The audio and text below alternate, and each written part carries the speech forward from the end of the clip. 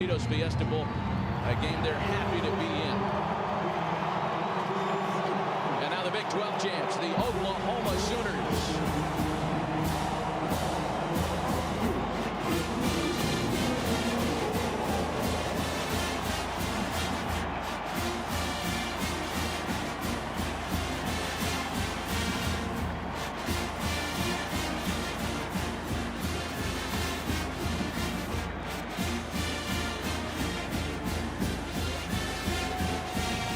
Well, the Sooners, like the Mountaineers, also started in impressive fashion. A 4-0 beginning to the season that saw them lose to unranked Colorado. The Sooners also thought their chances at a national championship were dashed. However, they would go on a hot streak. They win their next 5, including 2 over ranked opponents, number 19 Texas, number 11 Missouri. A loss then to unranked Texas Tech would set them back before they rebounded to win the Big 12 championship game against the then-ranked number 1 Missouri team. We're back. The coin toss at the Tostitos Fiesta Bowl in Glendale is coming up right after this.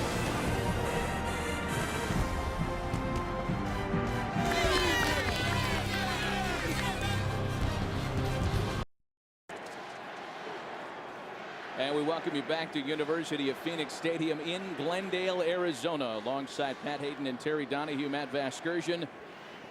We send it down to the field, and our SEC crew referee Congratulations, Steve Shaw with gentlemen, the coin being toss. here. We have a special coin tonight. The Fiesta Bowl logo is heads. The team logo is tails. Mr. Mark Grace is going to toss our coin. No. Before you toss, you're the visitor. You're going to call heads. All right, West Virginia's call head. Mr. Grace, flip our coin. West Virginia called heads. It is a tails. Oklahoma, you want to toss? You want to receive. He's going to receive. Which goal do you want to defend? West Virginia side. You don't touch the ball. You don't touch it. You want to kick? All right, turn your backs over here. Gentlemen, turn your backs over here. Oklahoma. Oklahoma has won the toss and will receive.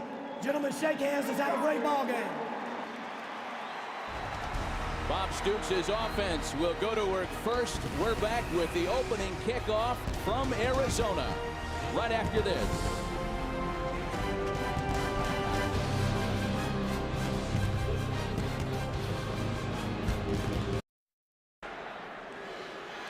Welcome back, and before we kick off, we check in with the 4th member of our broadcast crew, Laura Oakman. Thank you, Matt. Coach Bill Stewart. For weeks, people have said this team is distraught over losing that game to Pittsburgh. Their head coach to Michigan, they said their heart was not in this game. They weren't with these kids every day the last 3 weeks. You have been. Is there heart in it tonight? That's the people that they said. We say different. We're going to find out tonight. This is the best group of young men ever. Great chemistry. We're ready to play us a football game. Coach, what would a win tonight mean to this team? It would be a great boost. It would be tremendous for these young men. This coaching staff has done a great job. And for the great people of West Virginia, God bless them. This is for them tonight. Go coach a game. Good luck, Thank Coach. you, Laura. God bless. Matt, back to you. Well, Laura, thanks. And if there is a guy that personifies the state of West, by gosh, Virginia, it is interim coach Bill Stewart, who's done a great job preparing the Mountaineers under difficult circumstances for the Tostitos Fiesta Bowl. Pat McAfee is ready to kick things away and get us started in Glendale. Dangerous return team in Oklahoma. They lead the nation in kickoff return average. Joaquin Iglesias, along with Alan Patrick, are deep for OU. I'm still trying to settle down, guys, after Bill Stewart got me all pumped up. The 2008 Tostitos Fiesta Bowl is underway. This is Iglesias. He's out past the 15, loses his footing at the 20-yard line. Nate Sowers credited with the special teams takedown for WVU. Well, folks that watch football in the Big 12 that thought they wouldn't see a freshman quarterback the likes of Colt McCoy last year in Texas had no idea of what was coming in Norman. What a fantastic freshman season by Sam Bradford. You know, one of the amazing things to me, Matt, is he didn't throw an interception in 5 separate games. Just really managed the game remarkably well. They put the tight end Joe John Finley in motion on 1st and 10. This is the ball carrier Alan Patrick. The senior tailback is good for 5 yards. Let's meet the offense for OU. They are big up front, an absolute load, averaging 320 a man. The senior center, John Cooper, the only one of them that's under 300 pounds. Duke Robinson, the left guard, is a first-team All-American. Backs and receivers, the Sooners are amazingly deep at the skill positions. Malcolm Kelly second on the all-time OU receiving yards and touchdown lists. He starts despite a banged-up quad.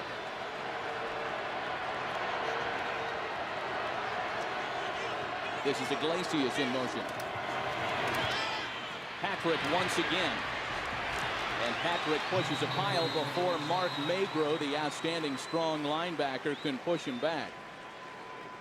The Mountaineers defensive front. WVU plays an odd stack 3-3-5. Tough to do without a dominant nose tackle, which they have in all Big East first-teamer Keelan Dykes. The linebackers are led by Morgantown native senior Mark Magro. Reed Williams, another native West Virginian, having a great season in the middle. And in the secondary, Mundy and Wicks have really solidified what was a porous pass defense last year and made this WVU group one of the best pass defense teams in the country.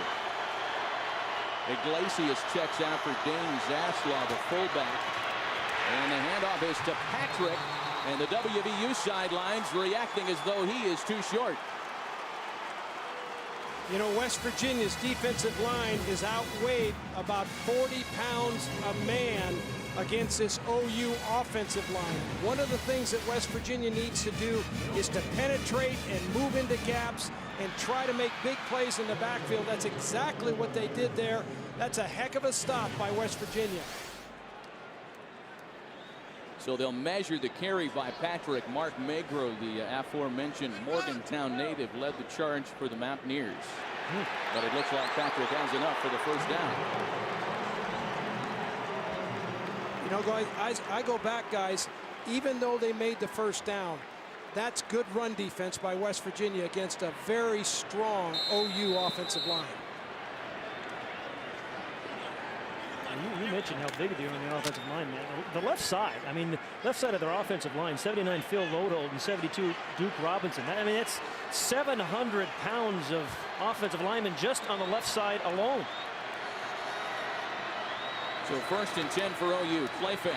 Manuel Johnson, the slot receiver, has the grab at the 32. And a few yards after the catch, he's taken down at the 34-yard line. Yeah, I just want to mention, I didn't see Malcolm Kelly in. He was kind of a question mark, kind of had a quad bruise. We kind of saw him limping around in practice the other day. I don't think Malcolm Kelly got the start. Quentin Chaney in his place. So we may see a lot more of Quentin Chaney and that man, number 1, Manuel Johnson. Well, if they don't have Malcolm Kelly, that'll be a factor because he's a big-bodied receiver at 6'4", 220 pounds. He creates mismatches when he gets outside against DBs. So here's his replacement right down here.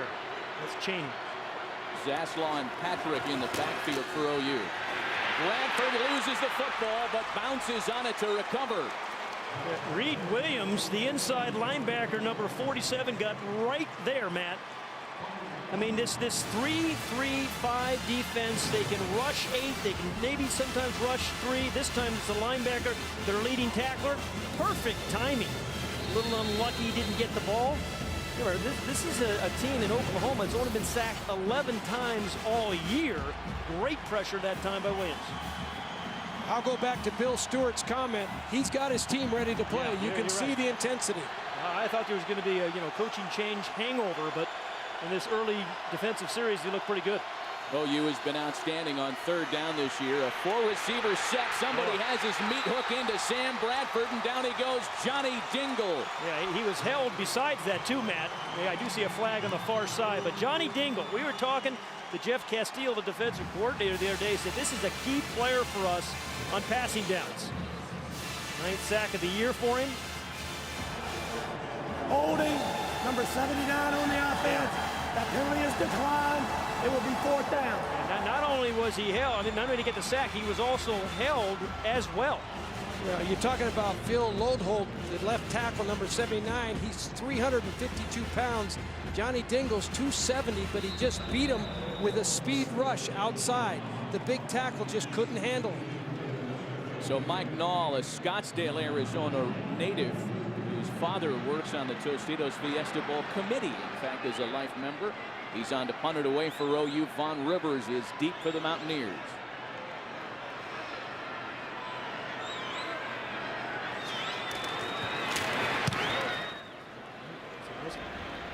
So Nall, who used to share punting duties, uncorks a good one, and Rivers is forced to fair catch at the 29.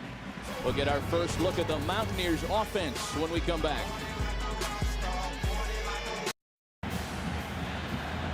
Join the live Fiesta Bowl play calling competition now. Predict plays before the snap for your chance to win. Text BCS to 386 from your AT&T wireless phone exclusively from AT&T, or you can play now at attblueroom.com. Our first look at Pat White and the Mountaineers offense, with Steve Slayton split wide. First and 10 for WVU. And this is White keeping, something we'll see an awful lot tonight. He picks up 6 before Darian Williams makes the tackle. Well, Patrick White unanimously named the Big East's Offensive Player of the Year for the second consecutive season. He's lost only 4 games as a Mountaineer starter. And to the delight of people all over West Virginia, has announced he will return for a senior season. He lines up with Owen Schmidt, who is left on 2nd and 5. We'll meet the rest of the Mountaineers in a moment. White has room, and White has a first down and much more across midfield and out of bounds at the OU 45. The Mountaineers up front make the running game go. No seniors in this group, but they've done a great job in front of Slayton, White and company. All Big East first teamer Greg Isdander and tackle Ryan Stanchek make up a solid left side. The top 10 scoring offense is powered by the run game. When White and Slayton both go for 100 yards, WVU is 7-1 this year. Into Sooner territory. First and 10. This is Schmidt, the Morgantown Colt hero, gets to the 40-yard line. Quickly, we meet the Sooners defensively. Senior Stephen Coleman starts in place of DeMarcus Granger in the middle. The pass rush comes from sophomore Austin English. 9.5 sacks, led the Big 12. The linebackers, Curtis Lofton, the Big 12 Defensive Player of the Year. Bob Stoops told us he's the best he's ever had as a head coach. And in the secondary, this might be Oklahoma's Achilles heel without starters Lindy Holmes and Reggie Smith. Darian Williams and redshirt freshman Dominique Franks get starts today. Yeah, Franks is really their 4th corner. High snaps. This is Pat White, another West Virginia first down. You know, Terry, they seem much more up-tempo this game. You know, Bill Stewart, their interim head coach, said they want to play with a little bit more speed and pace. They have 3 different tempos they play with, but this is a very upbeat tempo in this opening drive. Right now, the offense is executing extremely well. Pat White is hurting Oklahoma with his legs. That's what he does. This guy can throw the ball. He hits 68%, but he hurts you with his legs as much as anything. No active QB has run for more yards in the last 3 seasons. White will look to throw it, and a ball that's underthrown. Intended for Tito Gonzalez. Well, that was not a good throw, but he did. As you mentioned, he had his best season as a passer by a long shot, did Pat White. And, you know, Terry, you measure quarterbacks, what, by winning, right? No question about it. 25-4 as a starter. This guy's so hard to get a fence around. This is where he's best, in the shotgun. The last pass was underneath the center, dropping back. That's not where he really hurts you. Put him in the shotgun and let him use his legs and his arm. He's in the shotgun on 2nd and 10. Avoids the pass rush and dumps it off to Slayton. Slayton gets it to the 32, back to the original line of scrimmage before being stopped by Jeremy Beal, the redshirt freshman. Guys, let's get a look at our Dodge keys to the game tonight. Well, for West Virginia, they've got to hang on to the ball. They've lost 2 football games where they've turned it over 9 times. If they just secure the football and attack the Oklahoma secondary that is weak tonight because 2 starters are gone, they've got a chance if they can hang in there early. The Mountaineers also very good on 3rd down conversions this year, 49%. That's a top 10 figure in the nation. White deep, and another one just off target, intended for West Lions, and a flag on the play. This was on the other side of the field. Well, Terry, because of your filibuster, let me get into the Oklahoma keys to the game now. I mean, Curtis Lofton, the outstanding All-American middle linebacker for Oklahoma, really shut down that inside run. You always think about West Virginia on the outside. Then take care of Sam Bradford, only 11 sacks on the year, and be patient with the run. There's a key guy for the Oklahoma defense, number 40, Curtis Lofton. 142 tackles on the year. It's been sensational. Well, and when you think about it, Lewis Baker, the next tackler on the team's got 85. What's the difference?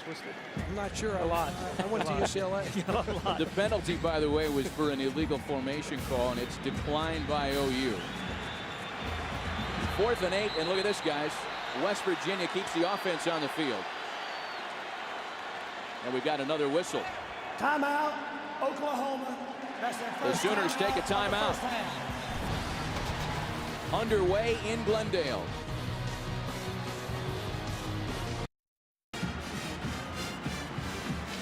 These aerials brought to you by Bud Light. Endless refreshment from start to finish. Bud Light keeps it coming. Will be the second offensive series tonight for Sam Bradford and the Sooners. 6 plays, 2 yards in their first series tonight out of the shotgun. And with Dingle coming hard, it's incomplete. But blowing each other up. I'll tell you, we talked about Sam Bradford. He's only had 11 sacks on the year, but that's only part of it. You don't have to sack the quarterback to affect the throw, right, Terry? Just get some guys in his face, make him uncomfortable.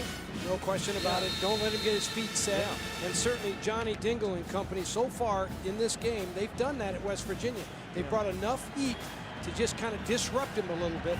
Don't give him his rhythm. You're right. Johnny Dingle right up there now. He's the guy that's really been after the quarterback. Bradford with a pocket, and that one swatted away. Eric Wicks got some serious ups.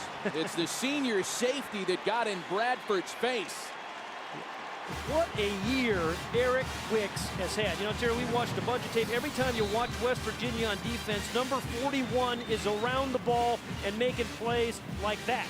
Well, he's their best defensive football player, I think. And the neat thing about him, he came and graduated in the summer and got another year of eligibility because he earned his degree. He wanted to come back. He missed his freshman year because of academics, graduates and gets a final year to play with his teammates. This coach would like 2 more years from you. 3rd and 10 now. The dump off pass to Patrick goes absolutely nowhere.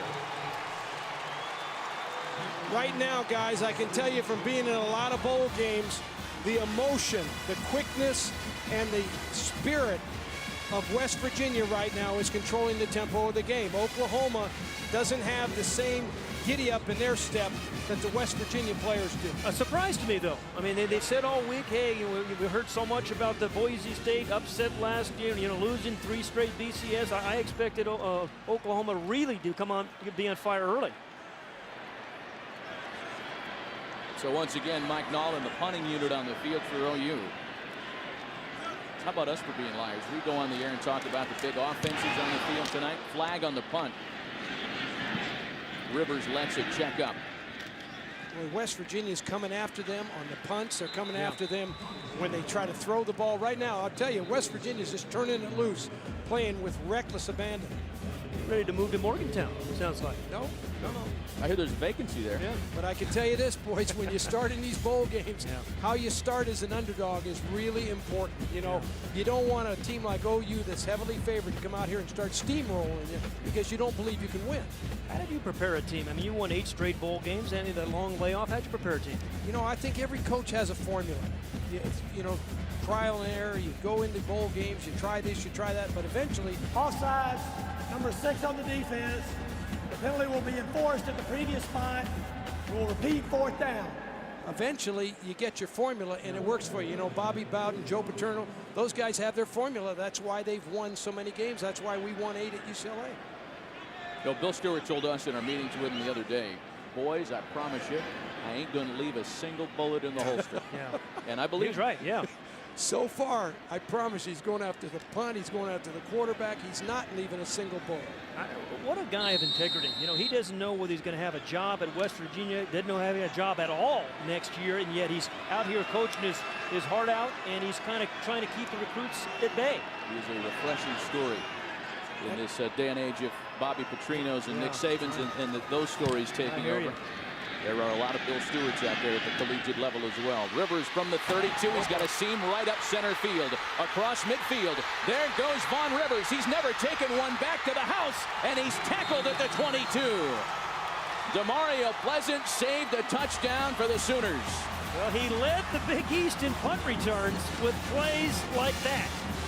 Averaged about 11 yards a punt return, but on the biggest stage, biggest moment, and for Mountaineer players, they told us the biggest game they've ever played. Vaughn Rivers, great punt return for Bill Stewart, who coaches special teams. Wow. All I can tell you is that you talk about a punt returner, you got to make one guy miss. Yeah, first guy. Yeah, he made 3 guys miss. I mean, he really did. He just made people, you know, he has great avoid. He just made 3 guys miss and took the ball down to the 22-yard line. Well, the senior captain from Pittsburgh gives the Mountaineers great field position at the OU 22-yard line. 1st and 10 for Pat White and company. They fake the handoff to Slayton. White keeps. He's across the 20-yard line. A nice block that time by Ryan Stanchek, number 62, the left guard, All-American, 3-year starter. You know, Bill Stewart was saying to us about Ryan Stanchek, you know, he'll gnaw your leg off if you ask him. And he can punch you in the chest where you feel hurts. it through your whole body. I do. He's right down here, left tackle. Guy is a strong tackle. High snap. This is Slayton trying to get around the line, the left side rather. Nothing doing there as Darian Williams came in from safety. The senior out of Mesquite, Texas, makes the tackle for a loss. Notice by the absence of him calling his name so far, it's Curtis Lofton on defense, right, for the Sooners, the guy who came in with 142 tackles. And you know there are some technical absences as well for OU, as you heard the guys talk about during the pregame show. Lindy Holmes, Reggie Smith, DeMarcus Granger, all big cogs in the defensive machine for the Sooners. None of them are in uniform tonight.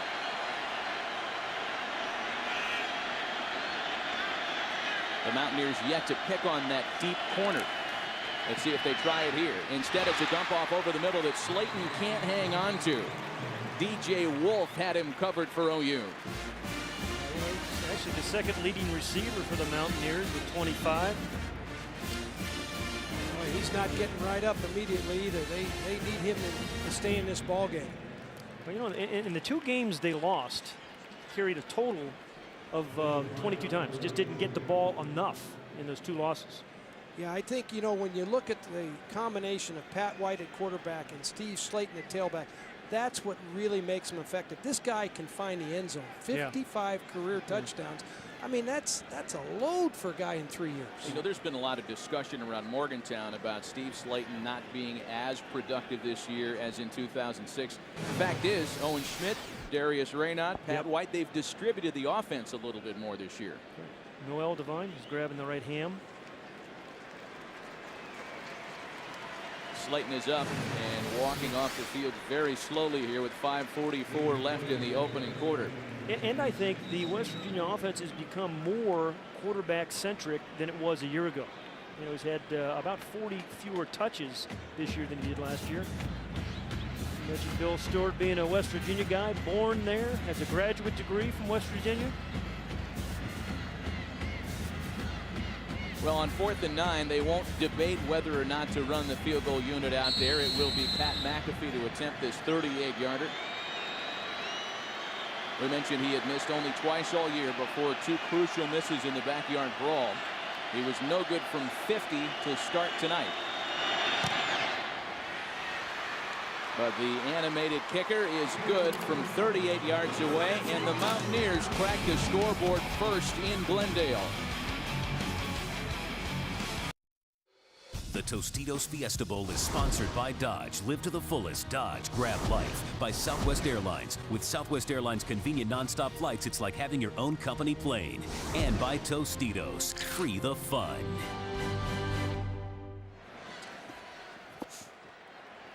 Well, so far the Mountaineers defense has held OU to -1 yard of offense. What's happening on the jumper scope, Pat? Well, you know, man, I think the story of this game, I know early in the first quarter, has really been the pressure that the West Virginia defense has been able to put on Sam Bradford. And what happens? On the backside of that, J.T. Thomas, who's playing kind of a nickel linebacker, because of all the pressure, the ball has to come out a little bit earlier than he wanted, reads the screen, and makes the play. So good pass rush leads to good cover. Well, the neat thing, J.T. Thomas, he isn't in the too deep on the depth chart. What depth chart did you get? I have it. I have it on my depth chart. No, that guy's coming off the bench and playing for him. It's a deep team. You got to get the third guy. I love that when the third stringers are making plays like that. After the Mountaineer field goal, Alan Patrick runs into a wall and then bounces right off it. There goes Alan Patrick across midfield. Patrick at the 25, the 15, and taken down inside the 10 by John Holmes. Alan Patrick. A 73-yard kickoff return. You know, Terry, I think bowl games are a lot like opening games. You never know what to expect and where the big play is going to come. But oftentimes in opening games and in bowl games, they're in special teams. West Virginia had a big punt return, but it's hard to practice full speed these things. And then a terrific return by Alan Patrick, who's been a great special teams player for the Sooners all year. Well, as you said earlier, Oklahoma leads the country in kickoff returns. DeMarco Murray's done most of it. He's not even in the game tonight. A career-long kick return for Patrick, and the longest in OU Bowl history. Ooh, you were up last night. This is Chris Brown, and Brown is dragged down from behind. He gained maybe a yard. Well, this will be important for West Virginia here to be able to get a stop, give up 3 points as opposed to a touchdown here. They've played so well on defense. Certainly their coverage team there broke down, but their defensive football team thus far in the game has been a real factor in terms of their quickness, intensity, and ability to make big plays. Well, Patrick gets a well-deserved blow here on 2nd and goal. Chris Brown stays in. Brown didn't get a lot of carries early in the season, but has made out a great backfield along with Patrick. They run him down here. Great pursuit by the free safety, Ryan Mundy, and there's a flag on the play. You know, Oklahoma tried to outflank West Virginia. Matt, you see that? They had those 3 big tight ends lined up on the right, trying to outflank the West Virginia defense. They pitch it wide right, but still great penetration by that quick defense. Yeah, all those white shirts just flew to the ball there. We talk about tight ends. Oklahoma has got 3 really good ones. Joe John Finley, who's a captain, and Jermaine Gresham. Illegal block in the back. Number 18 on the offense. That'll be a 10-yard penalty from the previous spot. Repeat, 2nd down. Like I said, 3 great tight ends, some of whom commit penalties from time to time. That's okay. Jermaine Gresham, as a tight end, has caught 11 touchdown passes this year as a tight end. Every 3 catches. Incredible. Well, and when you put him outside and flank him, you can see the clip right there. Right there, yep. It's a good call by the officials. When you put him outside and match him on a defensive backs, you know, 5'10", 5'11", somewhere in that range. This guy is so physical and big at 6'6" and 263. It's a mismatch. Look who just came into the game. Old Malcolm Kelly, who they like down here, down to the bottom of the screen. The penalty marches him back to 2nd and goal from the 20. Bradford throwing end zone overthrown, intended for Iglesias. You know, right now, guys, my observation is that Sam Bradford has gotten off to kind of a rough start. They've put a lot of heat on him. He's been disrupted a little bit, and we talked about his accuracy coming into this game, hitting 70% of his passes and all that sort of thing. And he's a great redshirt freshman quarterback. But this is a big bowl game, and they've disrupted him a little bit in the opening part of this game. Not what folks were looking for the man that Bob Stoops nicknamed the Big Easy. 3rd and goal from the 20 once again. Play fake to Brown. Plenty of time this time for Bradford. End zone intercepted. Quentin Andrews, the bandit safety. Well, you know, this 3-3-5 defense a little awkward than West Virginia plays. Sometimes they rush 3, sometimes they rush 8. That time, 3 guys rushing, 8 guys in coverage. Throws it right to Quentin Andrews. This was, you know, Sam Bradford, you just thought, he's made great decisions all year, but today, that's a poor decision. What, 3, 4 white jerseys around the receiver? Manuel Johnson? And the other thing I think you have to remember coming into this game about West Virginia, their defensive football team was ranked 4th in the country. You know, a lot of people overlooked that. Only Ohio State, LSU, and who was it? USC. USC. I hated to say I know, it, it struggled hurt to you get it out. It But really hurt you to say only that. those guys were ranked ahead of him. Boy, all that after a 73-yard kick return. The hand up the middle is by Noel Devine. Devine, the freshman, who led the Big East this year with an average of 8.6 yards per carry. Again, Slayton went down in the Mountaineers' last possession, so it's Devine in the backfield. Noel Devine, he got big play written all over. He's got 20 plays of 20 yards or more. You know, just kind of a leaf in the wind, the way he kind of bounces around and outruns people. He's got great avoid. He'll make you miss now in open spaces. Devine was right on his average with a 9-yard run. The pass is caught out on the flat. That's Darius Raynaud, whose name we haven't called yet today. Raynaud is a guy in an offensive unit filled with athletes that may be the best of the bunch. 5'10", 200 pounds. He squats almost 700 pounds and is an unbelievable physical player. He could squat the left side of Oklahoma's offensive line. Well, you know, we're talking about touchdowns. This guy has 11 for the Mountaineers. 11 touchdowns. 1st and 10. Again, it's Devine in the backfield for Slayton. Devine takes the handoff, bounces off a tackle, and makes maybe a yard of it before being grabbed down by DJ Wolf. Here, DJ Wolf, number 25 for the Sooners, playing strong safety. Senior from Lawton, Oklahoma. There's a smart guy. He was a running back, but there happened to be another running back by the name of Adrian Peterson.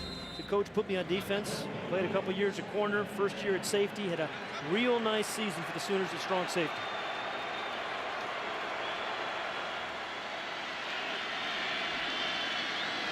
Devine and Schmidt in the backfield on 2nd and 9. White has a pocket and throws incomplete for Raynaud. Well, both quarterbacks struggling to throw the football. Pat White 2 of 5 for 6 yards. Sam Bradford 2 of 6 for less than 5 yards. And not the kind of accuracy that we were used to seeing from these two during the regular season. Well, you know, you mentioned two pretty good. You talk so much about the offenses, but as Terry mentioned, West Virginia's defense 4th in the nation, and Oklahoma has got some real good athletes on defense as well.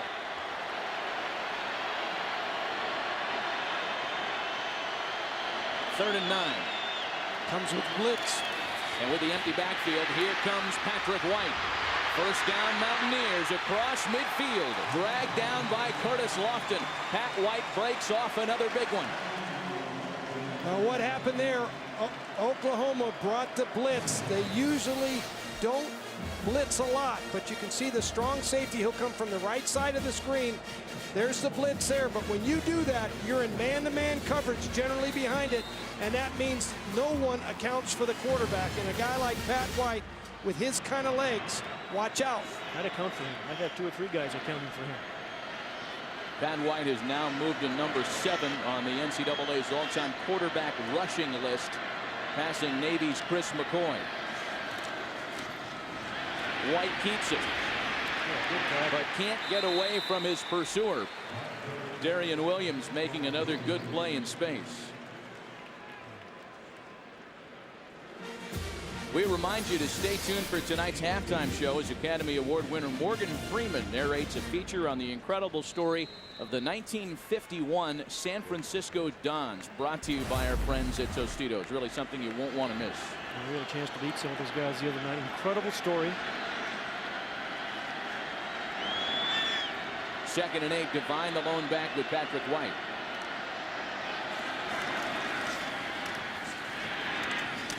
And White dumps it off to Devine.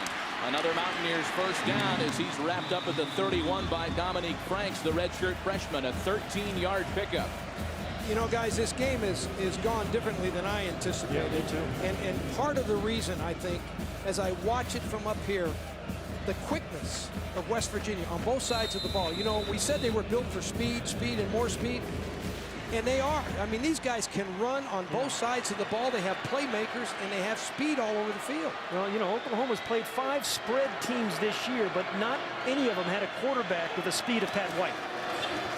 Play fake to Schmidt. White keeps it, and this time OU doesn't bite. Curtis Lofton leads the charge for the Sooners. Inside of a minute here in the opening quarter in Glendale. Well, you mentioned number 40 on the tackle, Curtis Lofton. Just an unbelievable year he has had at middle linebacker for the Sooners. One thing this offense makes you do, it makes you play discipline on defense. You got to account for the quarterback and everybody else. High snap. White has trouble with it, but he's able to get it out to the freshman Jock Sanders, taken down at the 25. Those great looks are brought to you by the amazing DLP Amazing Picture Cam. DLP is the official HD TV of the BCS on Fox. DLP, it's amazing. It's the mirrors. How high is that over the player's head? What do you think, guys? You couldn't punt to it, Coach. No way? I don't think so. 27 feet 4 inches. That'd be the kind of punt that would bring you out of retirement. That's how tall you'd like to be, Coach Hayden. 3rd and 4, and the pass is incomplete. Intended for Devine. Slipped right through his hands.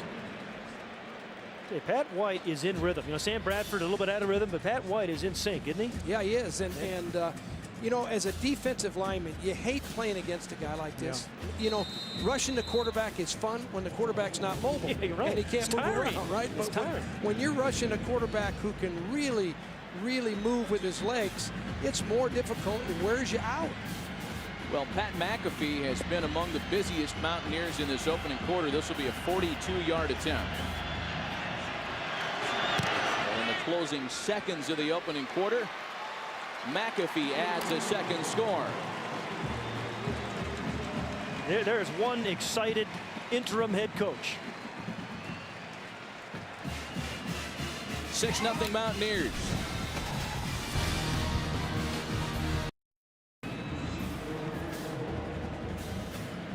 A couple of Pat McAfee field goals have the Mountaineers on top with just 2 ticks left in the opening quarter. Owen Schmidt, Steve Slayton and company moving the ball effectively. 93 yards of Mountaineer offense in the opening quarter. Joaquin Iglesias at the goal line for the Sooners. Iglesias is across midfield. Another big kickoff return for OU as Iglesias is wrapped up at the 38 by Boogie Allen. The end of the first quarter. Mountaineers on top. 6-0 West Virginia.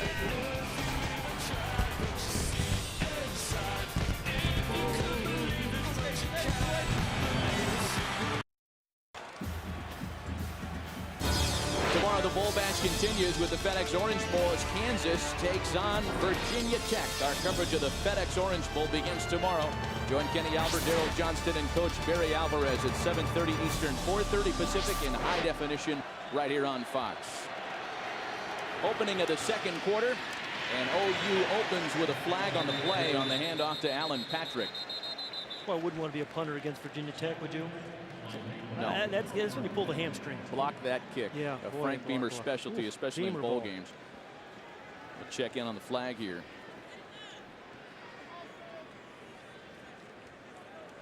Holding, number 74 on the offense. 10-yard penalty from the spot of the foul. Repeat first down.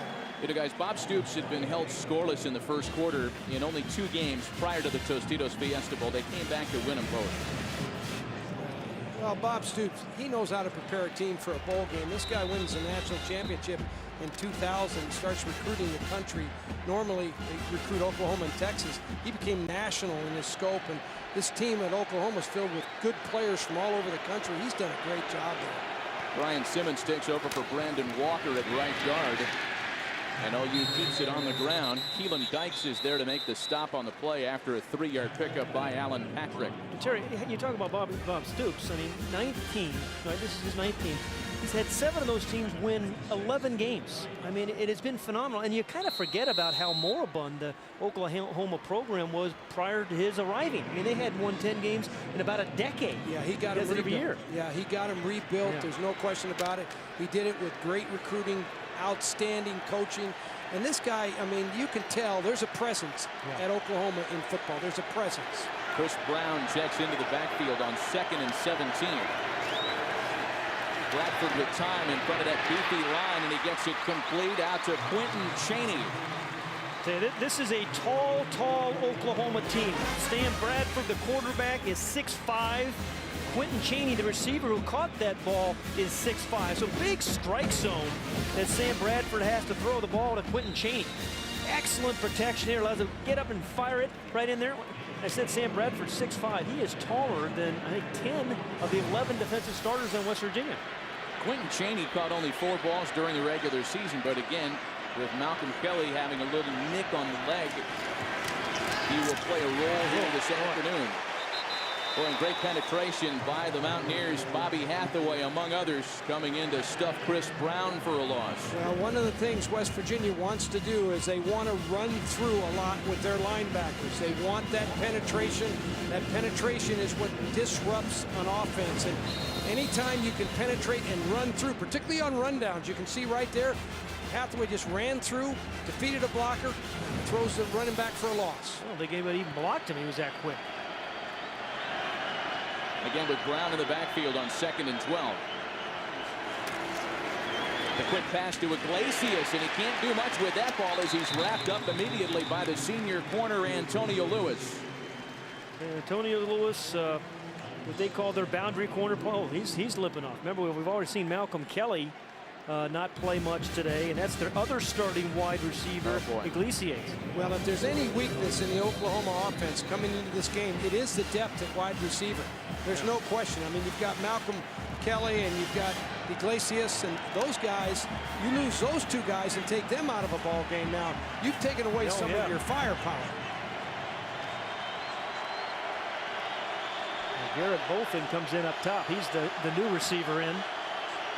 He checks in for Iglesias, the Sooners' leading receiver. There's a flag on the play. Bradford makes all kinds of room and time for himself. He's across the 40 and tackled at the 38-yard line. But again, there's a flag on the play. Well, this game to me is really about West Virginia's defense and how passionate they play. Yeah, and how quick they've been. You know, they've penetrated. Bill Stewart said they would be. He said that they would play fast. We didn't really believe it. No, I didn't think they could match up. Yeah, you know, we thought there'd be some coaching hangover with Rich Rodriguez leaving. You know, all these assistant coaches, a lot of them don't really know whether they have a job next year or not. Yeah, I think they've done it for the state of West Virginia. You know, I mean, I think they have bonded together. But Oklahoma now, this is a football team that can put points on you. You know, this team can put points on you. Now they are without illegal formation. 6 men on the line of scrimmage on the offense. Number 79 was off the line. It's 5-yard penalty from the previous spot. Repeat 3rd down. You know, big Phil Loyhold is pretty easy to spot when he lines up in an illegal formation. He's 6'8", the tallest player in OU history. 350 pounds worth of him, and he's going to stand out a little bit. He tested positive for donuts during the week preparation. It is a massive OU line, the left side in particular. It's 700 pounds between those two guys right there you're looking at. So now 3rd and 16 after the penalty. Bradford, look out on the blind side. And Bradford goes down. Antonio Lewis came around the corner clean. Didn't really hit him hard, but Bradford goes down anyway. Well, he's the boundary corner, Terry. You know, and they like to blitz the boundary corner. He's a good tackler. We saw him make a tackle just a couple of plays ago in Iglesias. But Bradford didn't really see him, but you need to feel him. And I think you need to be a little stronger in the pocket. No question about it. The boundary corner is a responsibility generally of the quarterback. Now, sometimes a running back has the assignment to pick him up, but in that particular case, you would have liked Sam Bradford to feel that and get rid of it. Vaughn Rivers ran a career long back in the first quarter. He signals fair catch at the 10 here. A couple of sacks by the Mountaineer defense. They have kept Oklahoma scoreless. Appalachian State is a finalist for the Pontiac Game-Changing Performance of the Year.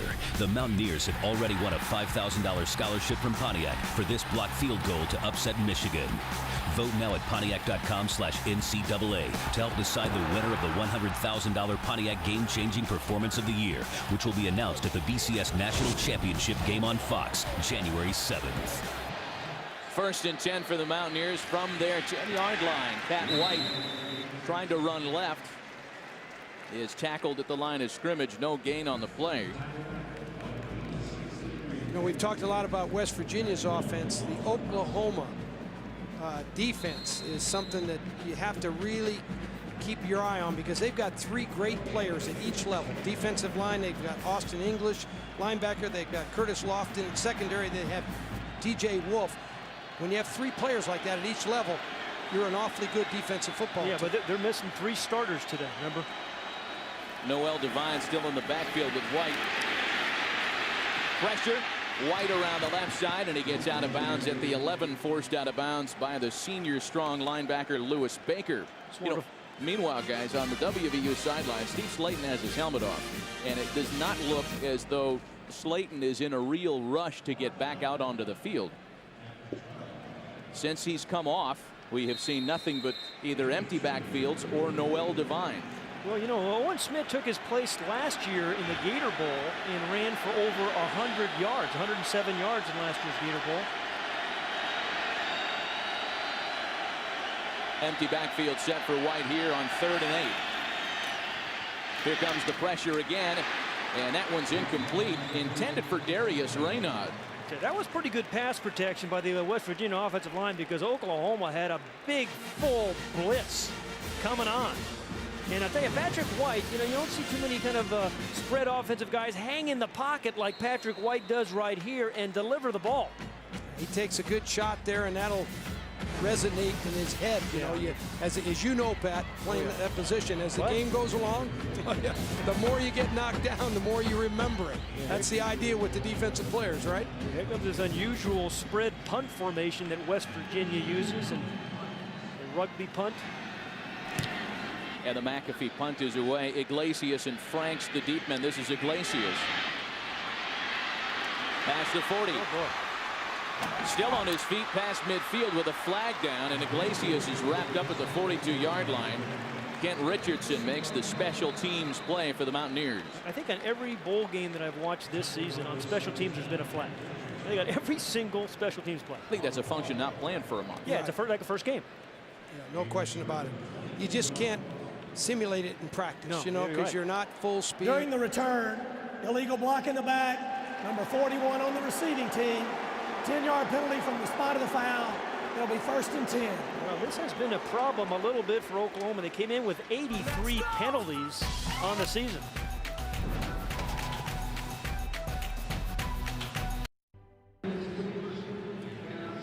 .956 left in the half. 6-0 West Virginia. You know, guys, Oklahoma has trailed at the end of the first quarter in each of their last 5 bowl games, and they are 1-3 in such games.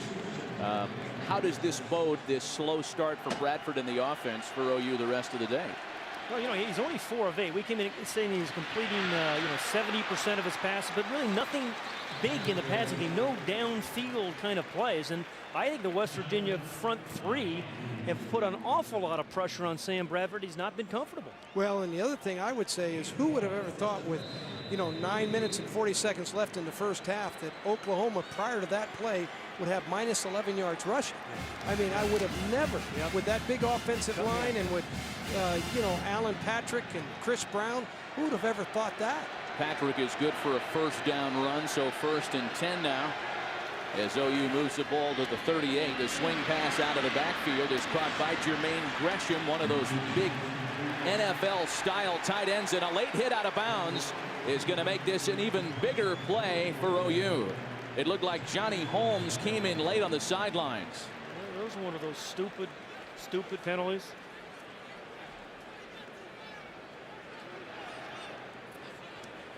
Jermaine Gresham, the man that caught it, was really had an unbelievable season.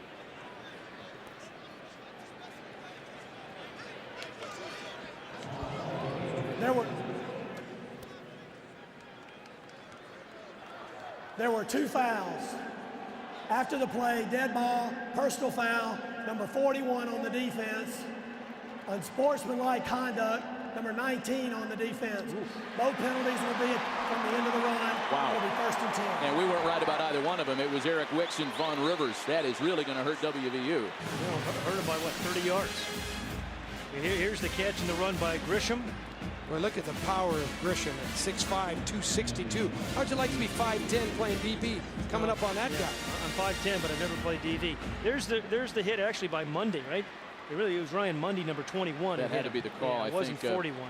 Steve Shaw got it wrong as well. So 2 penalties, add 30 yards to the end of the play. 1st and 10 Sooners at the Mountaineer 24. That's more in penalty yards they've had passing thus far today. It's more than they've had running. There's been a change on the front defensively for West Virginia. Scooter Berry has left injured. And Chris Neal, the redshirt freshman, is taken over up front. And more chippiness after the play here.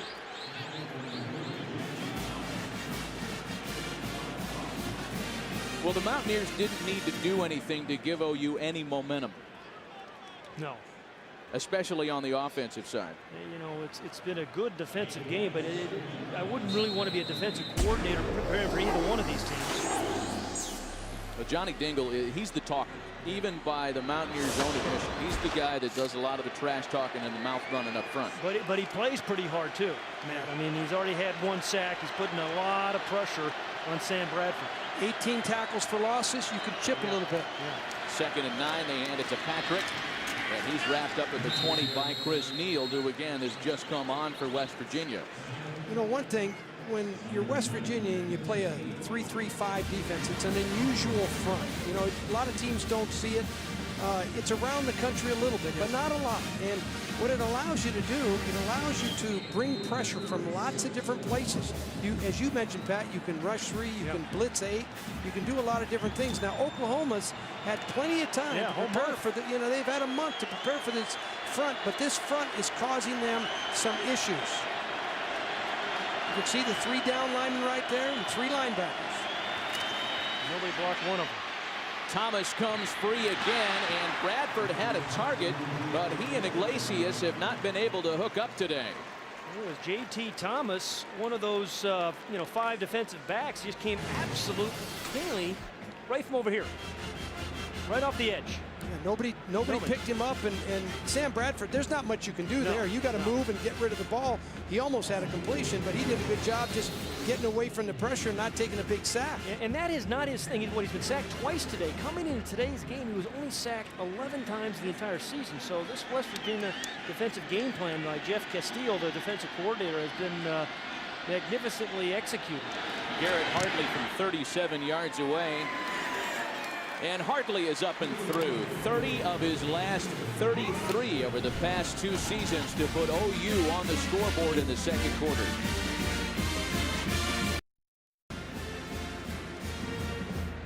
Mountaineers on top 6-3.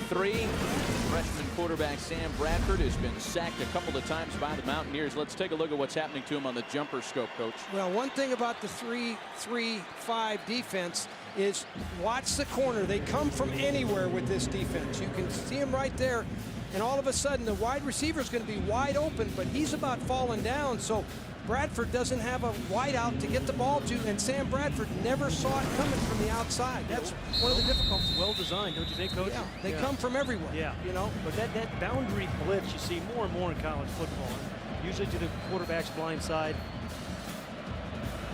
Well, Garrett Hartley was good for a field goal to get OU on the scoreboard. 6-3 Mountaineers, 7:46 left in the half. Noel Devine is deep for the Mountaineers. This will be Vaughn Rivers from the 3. Rivers gets away from the first wave and is shoved out of bounds at the 23 by Ian Pleasant. A reminder, Monday, it's the game college football fans have been waiting for as Matt Flynn and the LSU Tigers take on Chris Wells and the Ohio State Buckeyes in the All-State GCS National Championship game. Our coverage begins Monday at 7:30 p.m. Eastern, 4:30 Pacific in high definition, only on Fox. I'll tell you, Glenn Dorsey, unbelievable. Every time I watch LSU, he was sacking some quarterback, just disrupting things in the middle. Chris Wells, a big year for the Buckeyes. Dorsey had a huge year. He was unhealthy most of it. Yeah. Mountaineers keep it on the ground with Noel Devine, who cuts inside for a gain of maybe 2. You know, the game has gone just like West Virginia has wanted it to go. They never fell behind early. That was one of the things that Bill Stewart said is we can't get behind early because we're not a great catch-up team. You don't want to be behind late either. No, that's right. But you know, if you're not a throwing team, you don't want to, get somebody to jump on you by 14 You want to be 14 points. points. Yeah, it's gone according to plan, and the defense has been sensational. They have outrushed OU 72 yards to 5. In the air is White this time, and that one caught by Raynaud. A first down for the Mountaineers. See, this is where I think Pat White is really effective, when he's in the shotgun or when he's on the move. When you don't have him just be a standard drop back quarterback, You move him on play action, you fake a run, come off with a play action pass. That's guys where I think he's effective. You can watch his legs, little fake there, comes around, he finds an open receiver, and he gets rid of the ball quick. He does. Noel Devine scoots around the corner. Tackled at the 38 by Curtis Lofton. A flag at the end of the play. We had a nice meeting with Pat White the other day. Weren't you impressed with Pat? He got really a presence about him, a calm guy. I think his teammates really respond well to him. From Daphne, Alabama. Yeah, you know, Incidental face mask, number 16 on the defense. 5-yard penalty from the end of the run. Repeat first down. well, fellas, a couple things about Pat White that surprised me was his height and his arm. Yeah, there's the face mask. Yeah, he is a little taller than he looks like on television. And he does have, sometimes left-handers fool you. They don't look like they're throwing really hard, but the left-hander, the ball always gets there on time. Like a dart, he throws it real quick. He gets it quick. Drafted in the 4th round by the Angels out of high school, had committed to LSU to play defensive back and receiver, but when West Virginia knocked on the door and said, we'll give you a shot at quarterback, he went to Morgantown. Owen Schmidt, like a runaway beer truck down the sidelines. Big Owen Schmidt, touchdown, West Virginia.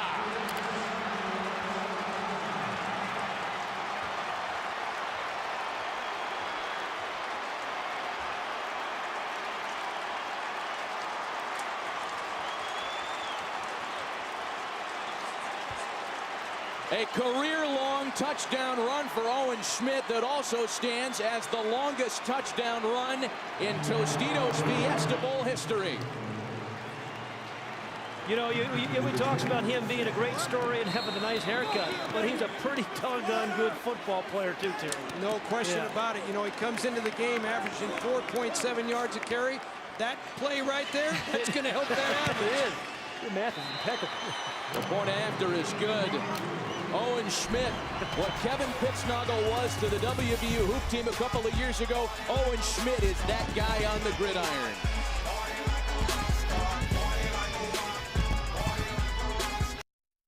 The Tostitos Fiesta Bowl on Fox is sponsored by FedEx. Go Air, Go Ground, Go Football. By High Definition TV and Blu-ray. Your choice is clear, the future is blue. And by Taco Bell, big fans of college bowl action. Well, the Mountaineers get into the end zone first on a 57-yard touchdown run by Owen Schmidt. And a correction, it is the longest in WVU Bowl history, not the longest in Tostitos Fiesta Bowl history, the longest by a Mountaineer in a bowl. Joaquin Iglesias is the deep man for OU. And a pooch-style kickoff. Joe-John Finley grabs it at the 25. And Finley will give the Sooners good field position as he's down at the 42. We check in on the sidelines with Laura Oakman. Guys, Owen Schmidt has gone from a walk-on to a legend. Fans have Schmidt signs all over the stands. They have shaved mohawks. They love him for his play and work ethic, telling almost folk tales about him. Some are true, by the way. Owen has cracked 10 face masks, but some are not. He assures me he has never picked up a car and held it over his head, although fans love to say that one, guys.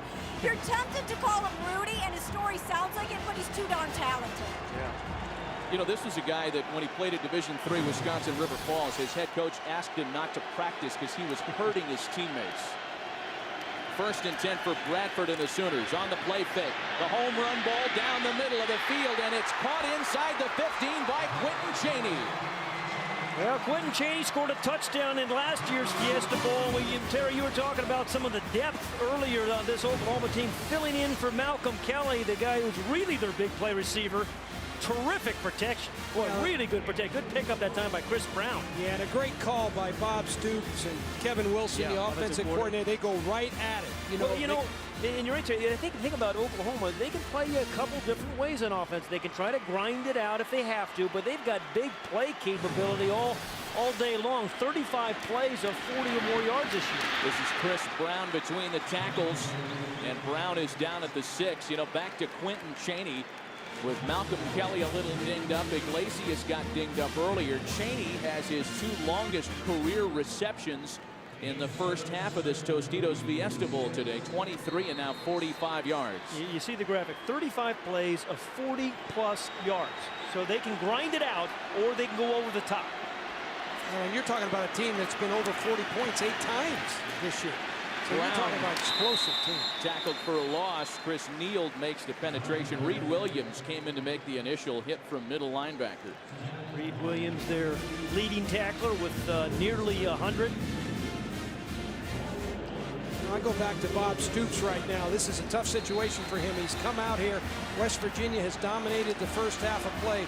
But Bob Stoops, he's fighting against emotion, and that play call was a huge play call for him. So you got to look for Jermaine Grisham, the tight end, who's caught 11 of them this year. Down at the bottom. Yeah. 3rd and 4. Bradford looks into the end zone, and it's batted away, incomplete. Eric Wicks, the senior safety, got right in the passing lane. It was intended for Grisham for your play call pass. Absolutely. It's the right play call. Apparently, Jeff Castillo, the defensive coordinator, knows he's caught 11 touchdown passes as well. What a play on the ball by Eric Wicks. Yeah, and this ball's a little bit off target. Yeah, you know, he has by been all Sam day. Bradford. There's no question. That ball was not really where it needed to be for Grisham to make that play. You know, you take that big Cheney play out of the equation, and OU's passing offense has been totally shut down tonight. A 24-yard attempt by Garrett Hartley. He was good from 37 earlier. So the Sooners settle with 3. 13-6 Mountaineers.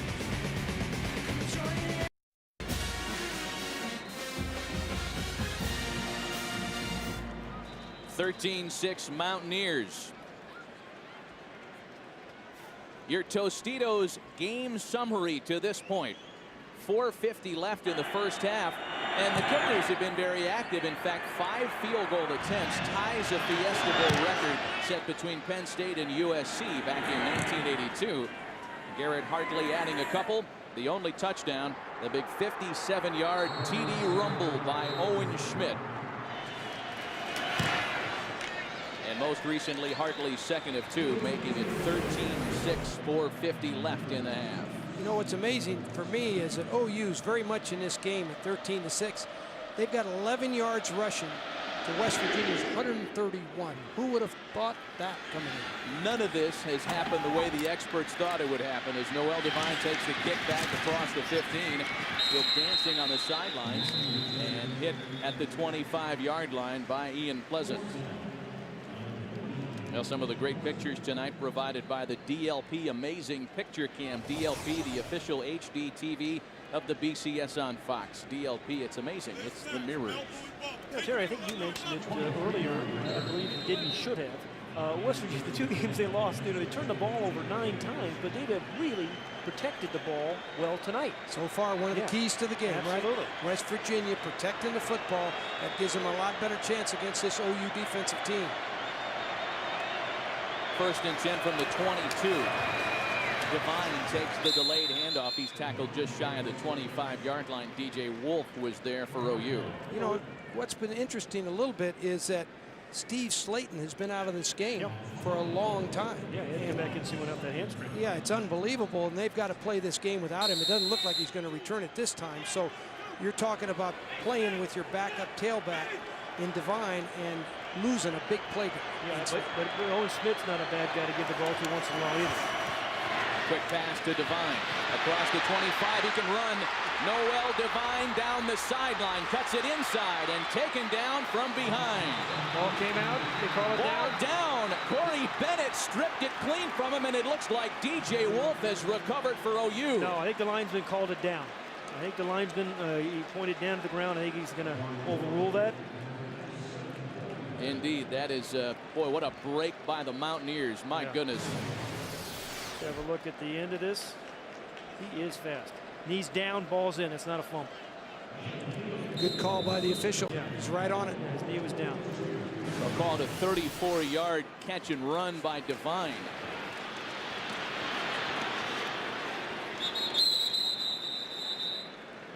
Across the 40 now is Jock Sanders.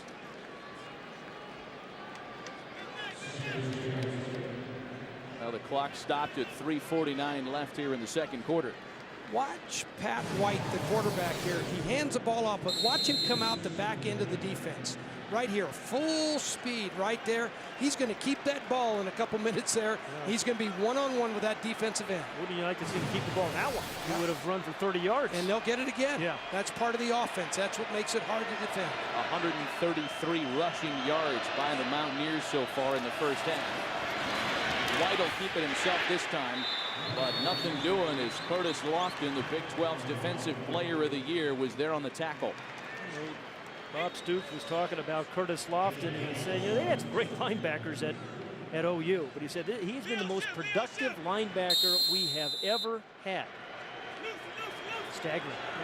You know, Oklahoma held, what, 6 teams to less than 67 yards rushing this year? Yeah, that stat, it's hard to believe, but there's a lot of football left here, and Bob Stoops has been in this situation before in his career. White pumps once, and now he breaks himself free. First down, Mountaineers, and maybe more. Their dynamic quarterback is out of bounds at the 24-yard line. Nick Harris was there to shove him out of bounds. A 15-yard gain by Pat White. Yeah, but Terry, Bob Stoops has not seen a quarterback run the spread like Pat White does, you know? The injury to Steve Slayton we saw in the first quarter grabbed his right hamstring. Haven't seen him since. He's on the bike on the sideline. Will Devine and Owen Schmidt have picked up the slack quite well. First and 10 from the 24. Reynolds. And everybody stayed home for OU's secondary. Marcus Walker was there to make the tackle. You know, if you're Bob Stoops right now, you want to get out of this half, you want to get in that locker room, and you want to talk to this football team what you need to do to get back in this game and get control of the game. First thing you got to do is you got to crank up that offensive line and get them running the ball and protecting their quarterback. More than any group on the field, they've got to get it done when you're in this kind of a situation playing against such an emotional team. OU has 2 timeouts left. 2.5 minutes in the half. White keeps it. He's got a wide open Raynaud. Touchdown Mountaineers. Oh, that deceiving left-handed style. A 21-yard touchdown strike to Raynaud. Well, you know, Matt, it's Pat White, then Devine, and then Owen Schmidt, and then boom, out of nowhere comes Darius Raynaud for his 12th touchdown catch of the year. And you know, Terry, every time you see him catch one, it seems like he's wide open right there in the slot because everybody's worried about Pat White and all the running backs. There's no question the play-action fake draws the safeties up into the line of scrimmage, and what happens all of a sudden, you got wide open spaces.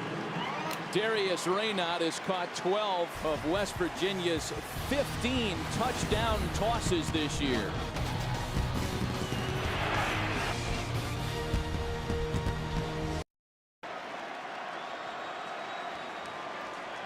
These aerials brought to you by Bud Light. Endless refreshment from start to finish. Bud Light keeps it coming. And Pat White and the Mountaineer offense have kept the excitement coming early in this Tostitos Fiesta Bowl tonight. 20-6 Mountaineers. You know, Matt, it's really time for Sam Bradford to respond to guys on the sideline. You know, it's easy to play quarterback when things are going well, but I think there are moments when quarterbacks really have to have those magical moments in games on the road or in bowl games. Things aren't going well, and Sam Bradford has 2.5 minutes and 2 timeouts remaining to get something going for the Sooners. But to do that, Pat, your offensive line's got to help you. You got to get protected, and you've got to be able to set your feet. Iglesias picks it up after a couple of bounces and is taken down at the 35. We check in with Laura Oakman. For anybody who thought this West Virginia team was not going to be into this game, I wish you all could see what I am watching. I honestly have never seen a sideline like this. They are high-fiving, they are chest bumping, they are hugging.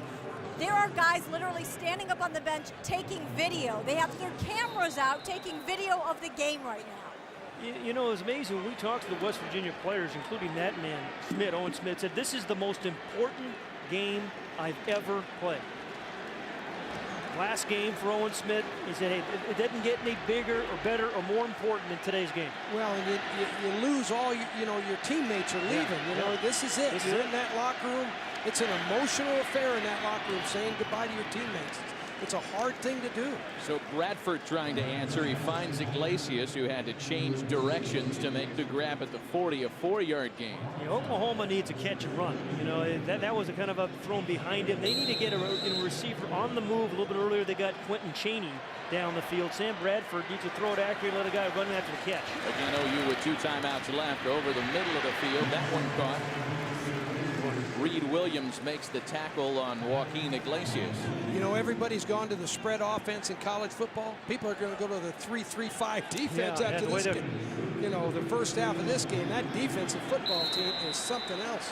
And when we were talking to Owen Smith, that haircut, he called it the business cut mohawk. You should wear a tie with that, he said. Right. The business cut. He's not going to need to go into job interviews. No. There are people on Sundays licking their chops for him.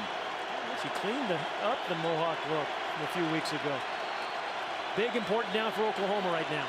3rd and 2. Bradford out of the shotgun. Here comes Morty Ivy on the blitz, and it's caught by Iglesias right at the marker. It'll depend on the spot as Antonio Lewis had him covered quickly. I think it looked like he marked it short of the first down marker. And if it's 3rd and 2, how do you run a 3rd and a 1.5-yard route, Terry? I know it wasn't called at 1.5 yards. Coming up on the Southwest Airlines halftime show, it's performances by the West Virginia and Oklahoma marching bands. Chris, Jimmy, and Barry will have first half analysis and a feature on the incredible story of the 1951 San Francisco Dons, narrated by Morgan Freeman, something you won't want to miss. Well, you can see it right there. 4th and 1. They keep the offense on the field.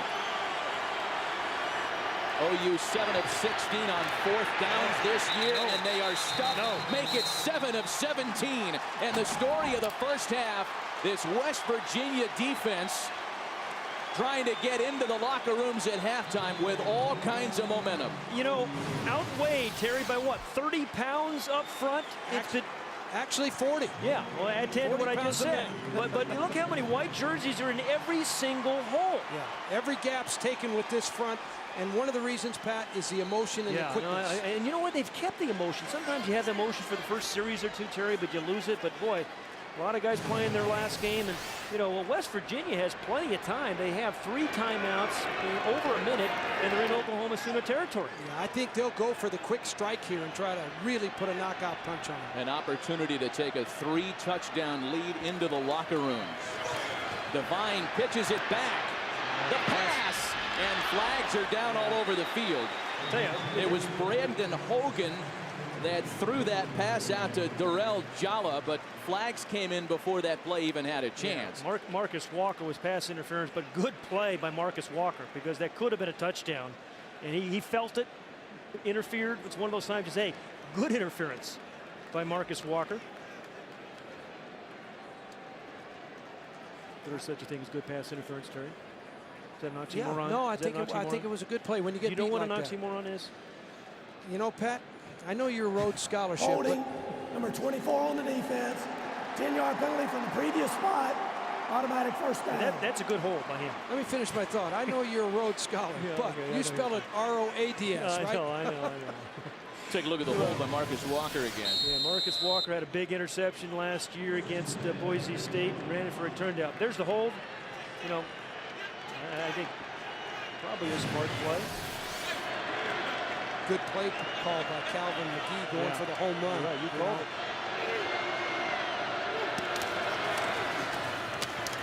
Schmidt. It takes a village to get him down on the ground. Lewis Baker led the charge for OU, and Schmidt picks up maybe 2.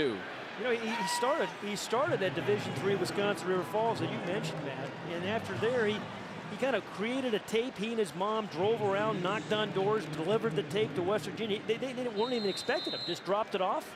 And he told us he didn't think he was big enough to play in the Big East. Could you imagine that? No.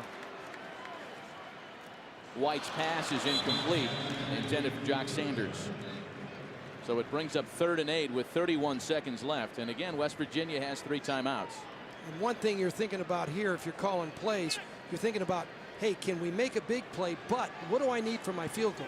You know, how much yardage do I need to help my kicker? So if I don't get my 7 points, I can at least get 3 on the board after that great defensive stop on 4th and 2. He's long as 49, so they need to get to the 32-yard line, which is just a couple of yards. Mountaineers are 2 of 6 on 3rd down so far. White keeps. He's got a seam. And tackled just shy of the 1st down. Curtis Lofton prevented the 1st down there. And right back into field goal range. Good play by Pat White. Just when he looked like he was getting bottled up, Terry, maybe get sacked. And we got time ticking here, and Pat White finally calls the timeout. They got to get the field goal unit out there at some point. Well, they have 3 of them. You might as well just let it burn down to, what, 3 seconds or so? Yeah, they're doing the right thing here. They don't want another play after the kick. Yeah. A reminder, this Sunday, it's a Fox NFC wildcard matchup as the New York Giants travel to Tampa to take on the Buccaneers in round 1 of the NFL playoffs. Coverage of the wildcard begins at noon Eastern, 9 a.m. Pacific in high definition right here on Fox.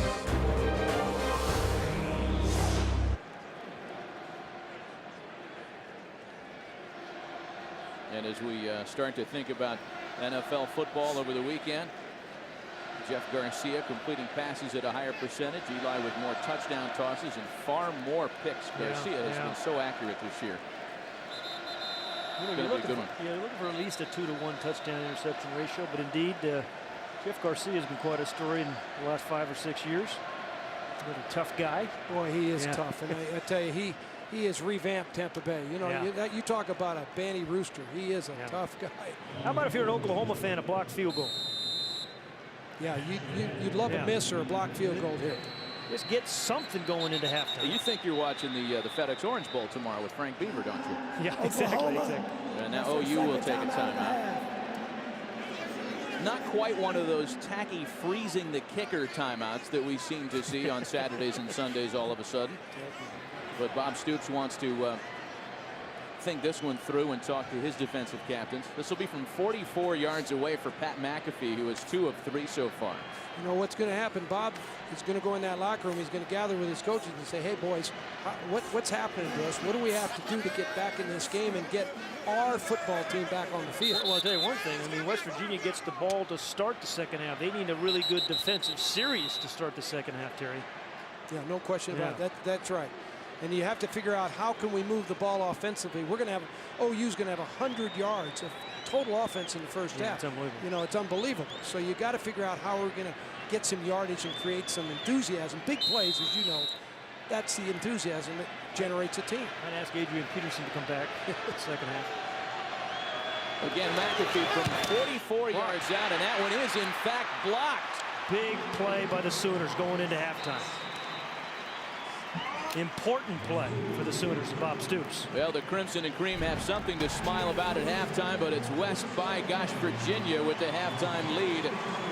Let's send it down to Chris Rose in the Southwest Airlines halftime show. All right, Matt, thank you very much. Coming up next on the Southwest Airlines halftime show, I'll be rejoined by Jimmy Johnson and Barry Switzer for their first half analysis. We'll hear from both school marching bands and have the amazing story of the 1951 University of San Francisco Dons as told by Morgan Freeman. That's when we come back to the Tostitos Fiesta Bowl.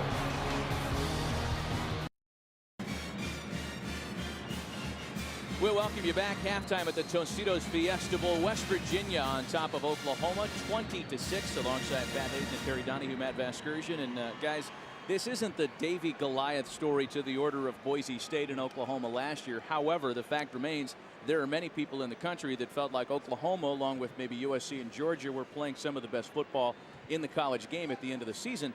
This is quite a surprise. It is. I was one of those people who thought Oklahoma was playing as good as anybody at the end of the season. But I'll tell you, West Virginia has really played great defense. But I think in the second half, what Oklahoma really needs to do, they need to really have a defensive stop, a 3 and out on defense. You know, 2 touchdowns down, get that offensive running game going. Only 11 yards rushing with that big offensive line that you've talked about. Shocking to me. Yeah. Hard to believe.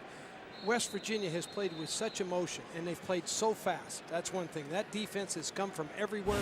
They've really disrupted Sam Bradford, the quarterback. He's never been able to get his feet planted. He's been uncomfortable all night long. They've brought linebackers. They've brought cornerbacks. They've jumped in his face. They've done it all.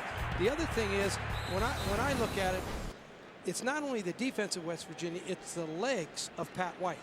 He has gotten in and out of trouble with those beautiful legs of his. You know, and it comes as a surprise to some because Steve Slayton, after a handful of carries in the first quarter, hasn't touched the field again. We're not sure if he's good to go in the second half. they seem to have functioned just fine without him. Yeah, Owen Smith with the 47-yard touchdown run, and Noel Devine, filled in quite capably, and they mixed in a couple passes. He does not look like he's coming back, does he? No pads, no hat. He is on the sideline for the rest of this one, and I'm sure it's something of a disappointment to Steve Slayton, a major disappointment, because he was considering putting his hat in the ring and thinking about Sundays, and without having played in the Tostitos Fiesta Bowl, maybe he rethinks that. Well, the second January bowl game he's missed because of injuries. I hope he does rethink it. He needs to stay at West Virginia, in my judgment, and settle on his senior year. So Noel Devine, who is filled in capably for Slayton, takes the kick back across the 20-yard line, and he pushes his way to the 24. Let's check in with Laura Oakman. Matt, you talked about Steve Slayton. Let me update you about him right away. He's going to give it a go. That hammy's bothering him, but this kid wants to get in. They're going to put him in a couple plays. As for Coach Stewart, I think this is the most fun he's ever had, the best coach first half that he's ever had. He said he's having a great time, loves how his kids are playing, but he is disgusted with the penalty. He said he can assure us those dumb penalties will not happen in the second half. Coach Stewart says we have nothing going, obviously. They have gotten after us up front, and we have got to move the ball down the field and in the red zone. Lauren, thanks. From the 23, West Virginia begins the second half with a swing pass to Raynaud, and he is quickly swallowed up after a gain of maybe a yard by Marcus Walker. Good first defensive play for Oklahoma. So they need a 3 and out.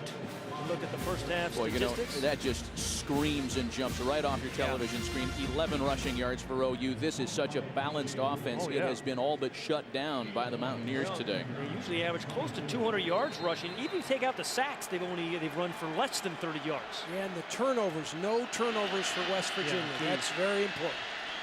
2nd and 9 for White. And you can see everybody on that Mountaineer offensive unit checking in on the West Virginia sideline. We got some insight as to how their offense runs earlier, and the call draws an offsides violation. Boy, that's when you had him 2nd and 10. Yeah, as you said, Pat, they need to come out here and play really well on defense and get offsides. Number 86 on the defense. 5-yard penalty. Repeat second down. And they need a stop. There's Bob Stoops. He's frustrated with that. He knows, hey, we played great on first down there. Let's go and play second down, and instead we give them an easy 5 yards. But if Oklahoma can get a stop here, they can get their emotion back into this game. Adrian Taylor, the redshirt freshman, had the blocked field goal just before halftime. He's guilty of the penalty, so 2nd and 4 now. The 7th penalty of the game charged to the Sooners.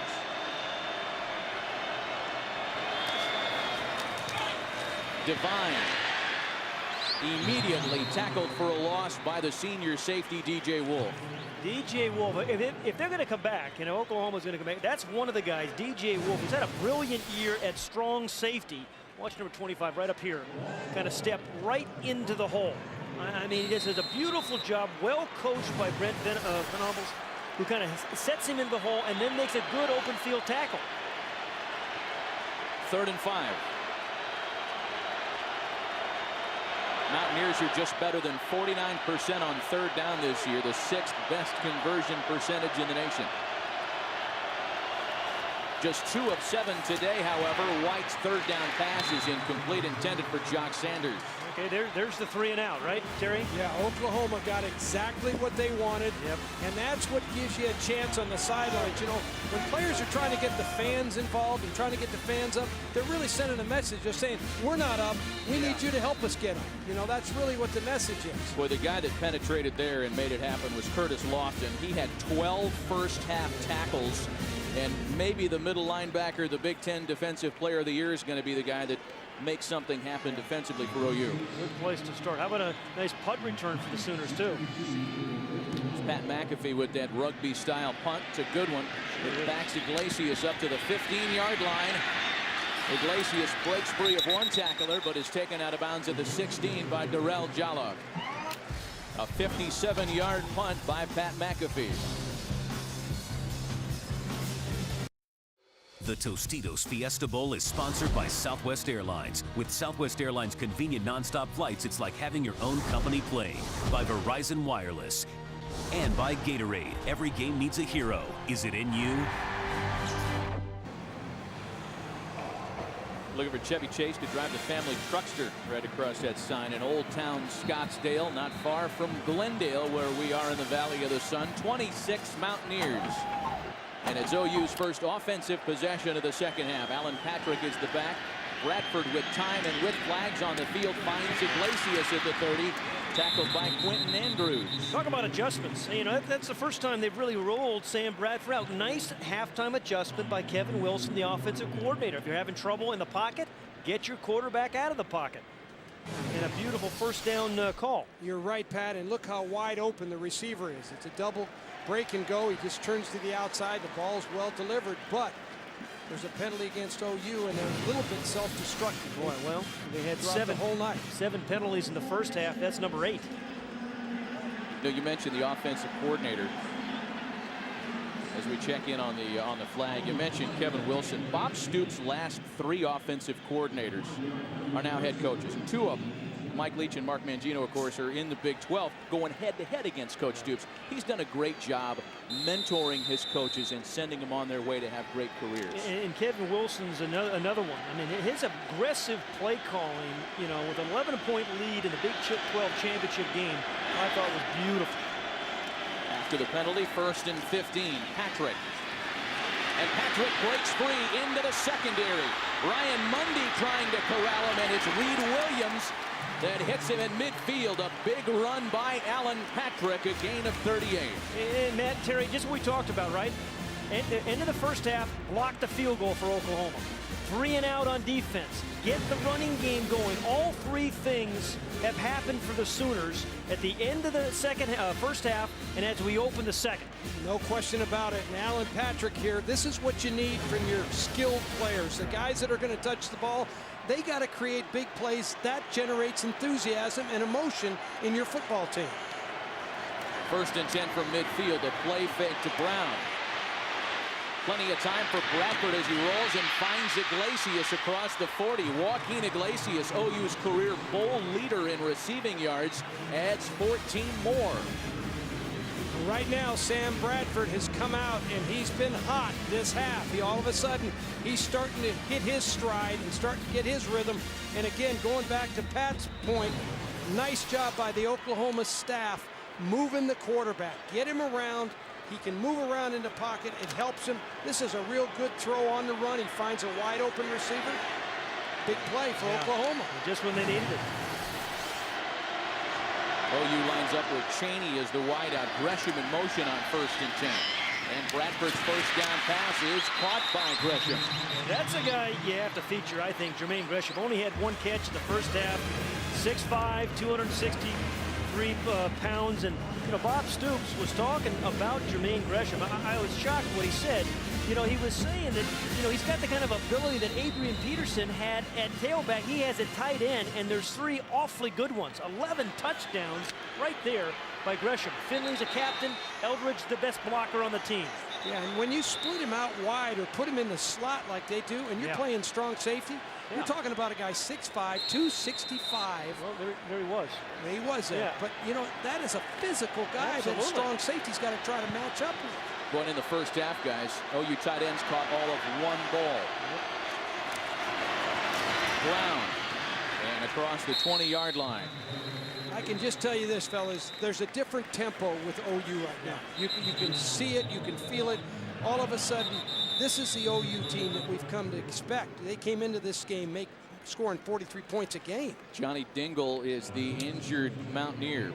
First half, Johnny Dingle had a sack, caused a hold. Boy, he is a huge part, of course, of that 3-man front. 2nd team All Big East out of Miami. If he made 2nd team All Big East, the other guys who made 1st team must have had really good seasons. Yeah, 17 tackles for loss, and you're on the 2nd all-conference team. And Bill Stewart, the head coach right there, was saying to us yesterday about Johnny Dingle. He said he was really an important element to this game, applying pressure off the edge. And boy, Johnny Dingle did in that first half. And this is what happens in football. Guys are going down on you. You know that you're counting on you, the head coach, in your first game. You're making your debut, and you want all your players out there, you know, and all of a sudden a guy like that goes down, or you lose Slayton, and I'm telling you, your gut starts churning, but you keep playing through it. You just keep playing. Yeah, I'm always surprised with coaches who are surprised they're going to get guys hurt. It happens every week.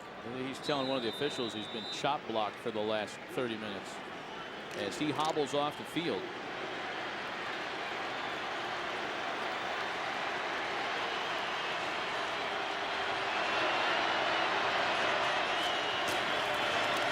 This is Brown right up the middle.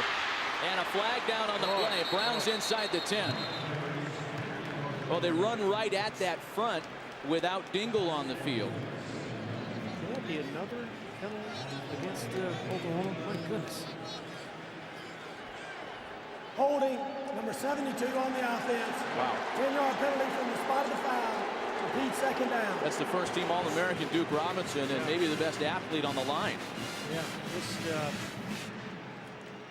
8th penalty of the game right in here. Whoops, I got too many circles going. Double team on the nose, then on the linebacker. Well, that wasn't a hold. They must have the wrong number. That wasn't on Duke Robinson. He didn't hold anybody there. So 2nd and 16 after the penalty. Try with Alan Patrick this time, and Patrick doesn't gain much, maybe a gain of 2. Antonio Lewis came up from right corner to make the tackle. Johnny Dingle still on the field. He came back in. He was limping around, but he came back in. Not going anywhere. Yeah, I think right now anybody who can walk and muster up any energy for West Virginia is going to go all the way with this football game. It's just too important to this team and to the state and everything. One of the seniors playing in his final game as a Mountaineer. 3rd and 11 now. It has been an impressive drive for Bradford. They covered 63 yards. West Virginia showing pressure. Oh, a hold. No flag on the field. Somebody had a handful of Johnny Dingle there. We saw it from a mile up here, and the WVU sideline is going nuts. It happened right in front of him. Yeah, they still forced a field goal attempt nonetheless, but it would have taken them out of field goal range had they called it, right, Dan? Right. Yeah, there's no question it's a missed call by the official. They simply miss it. I don't blame them. Right you can there. see it right here. Yeah, Brandon Walker's got a, that is an absolute hold takedown. You know, that's a big play. It would have kicked him out of field goal range. That is an egregious looking hold that went unbeknownst to the officiating crew. So Garrett Hartley's on for the field goal attempt of 42 yards. And thanks in part to the non-call, they have enough distance for Hartley to get OU on the scoreboard here in the 3rd quarter.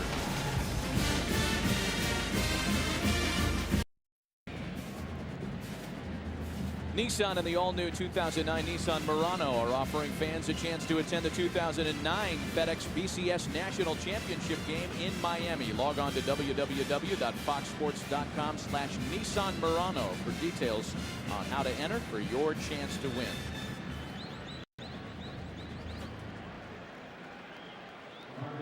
Well, I know that field goals aren't the sexiest thing in football, but these kickers, Garrett Hartley and Pat McAfee, have set a couple of Tostitos Fiesta Bowl records today with 7 attempts and 5 makes. It's amazing. One team coming in was averaging 43 points, the other 39. They've scored a lot of touchdowns prior to this game. Noel Devine at the 4. And across to the 25-yard line before being tackled by Brett Bowers. Hey, man, let's go back and look at the touchdown that made it 20-3 in that 2nd quarter. Watch the play-action fake that Pat White makes. The effect on the defensive backs, that's the key thing. Great fake there. It takes the defensive back, the strong safety, who should be playing the post area, right, Terry? Yes. And it makes the wide receiver big opening spot for Reynard to catch an easy touchdown pass. So you run it, you fake it, and then your receiver comes wide open at the post. Noel Devine tackled at the 30-yard line. Devine picks up 6. Adrian Taylor there to make the stop for OU.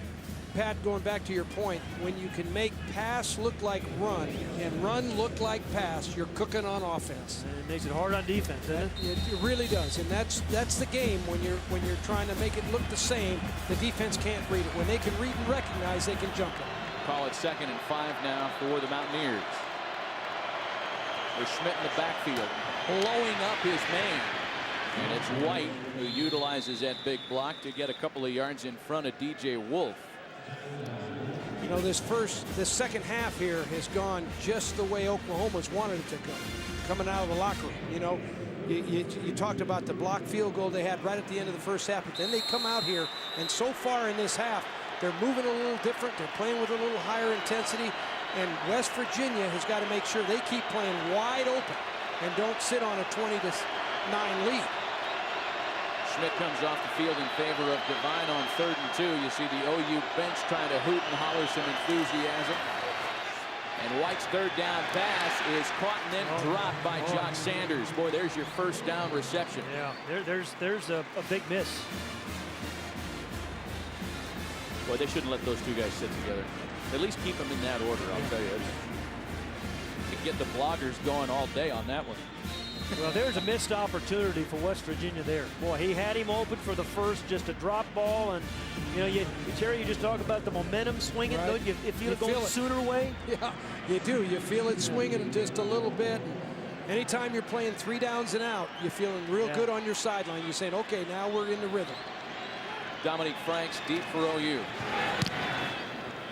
Punt. And McAfee has another good one on launch. Oh, boy. Franks fumbles, ball's out. And OU goes out of the back of the end zone.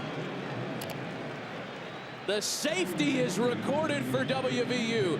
Nick Harris was down there among others. And it all started with the big rugby-style punt that brought Franks back about 10 yards to catch the football. They're going to sort it out, though. Did you see a safety call? The ball was muffed into the end zone down there. It will be a touchback. 1st and 10 on the 20. So we get the proper ruling from referee Steve Shaw. It is a touchback. And OU catches a break. Boy.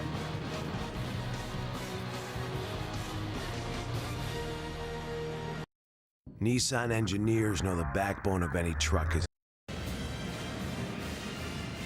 It's 1st and 10 from the 20 for Bob Stoops and the OU offense. Let's go back to that punt, Pat, and talk about why it was a touchback instead of a safety. Well, it was punted and it was actually muffed, and because it was muffed, the ruling is the impetus of the ball took the ball into the end zone, then recovered by Oklahoma for a touchback, not the safety. Play action with Patrick. We got for Eric Wicks coming around the edge, and the reception made by Quentin Cheney. There he goes, taken out of bounds at the 20, or at the 40, rather, of WVU by the safety Ryan Mundy. And right out of the gate, the big pass play, Bradford to Cheney, nets 42 for the Sooners. And Terry, you hit it, you know, the nail right on the head. This is a different emotional mindset and feeling for this Oklahoma team. And the aggressive play calling, Quentin Cheney, 6'5", giant target, the 6'5" Sam Bradford. Yeah, there's no question. Things in football can change so fast on you, you know, and everything could go your way for 30 minutes, and all of a sudden the other guy, everything's going his way. By the way, Cheney had a total of 56 yards all season. He's already good for 110 today as we go back and take a look at the punt. First of all, great punt back in the corner of the end zone. There it's muffed. So the impetus of the ball is still providing that, pushing that ball into the end zone, recovered by Oklahoma. That is a touchback, not a safety. Yeah, that's a ruling on the field. It did not look to me like the ball carried itself into the end zone. It looked like it was swatted by a defensive player into the end zone, and in that case, it would be a touchback. On 2nd and 6, this is Patrick, and he's a yard or two shy of the 1st down. Reed Williams makes the stop for the Mountaineers. You know, a couple of big pass plays in the second half, and some good running to mix the plays. You know, Kevin Wilson, their offensive coordinator, generally a pretty aggressive play caller, been much more aggressive this second half. Well, right now they've got the running game going a little bit. That's helping the play action pass, and there's no question about it. West Virginia's got to bring the heat here and continue to blitz and try to create big plays against this offense. Gresham resets on 3rd and short. And it looks like Bradford wants a timeout. Timeout, Oklahoma. That's our OU first timeout on the of move. the second half. And down by a couple of scores. The Tostitos Fiesta Bowl on Fox is sponsored by Nissan and the all-new Nissan Murano. Go to foxsports.com/Nissan Murano for your chance to win a trip to next year's BCS title game. And by Allstate, proud sponsors of college football. Are you in good hands? Michael Crabtree is a candidate for the AT&T All-America Player of the Year. To vote for Crabtree, text VOTE to 87654 on your AT&T wireless phone or go to foxallamerica.com. You could win a trip to next year's national championship game. Well, since converting on their first third down of the football game, OU is 0 for their last 8. 3rd and 2 here. Bradford had called a timeout, maybe to address such third down conversion issues. And out of the shotgun, he looks to the sideline. First down, OU, Joaquin Iglesias. You know, something that we should mention, guys, the passing attack is a little debilitated for the Sooners because Malcolm Kelly has not been on the field in the second half. In his absence, Quentin Chaney and Iglesias have been outstanding. Well, Quentin Chaney's had a career day, 110 yards in reception. I think for today, his leading day was 37 yards and catches. But Malcolm Kelly, he caught 9 touchdown passes from them this year in this part of the field. They really miss him down here in the red zone. So after the big third down conversion, this is Brown. Straight arming Antonio Lewis near another OU first down. A couple things, you know, I've noticed West Virginia's missed a few more tackles this half than they did in the first half. They were tackling a little better in the first half than they are right now. Some of that has to do with just extending all that emotion, you know, and playing so hard in the first half. Doesn't it look like Chris Brown and Alan Patrick are running a little harder too? Yeah. I mean, breaking, they're causing some broken tackles. Yeah, and that line's coming off a little differently, and things are clicking right now for the Sooners. Brown dragging Ryan Mundy near the goal line. Hey, did you see the block by Brody Eldridge, number 83, that one of the 3 tight ends for Oklahoma, made the all Big 12 team as a fullback, even though he's really listed as a tight end. And they say, hey, he is the best blocker. He's number 83, lined up at fullback, the best blocker on the team.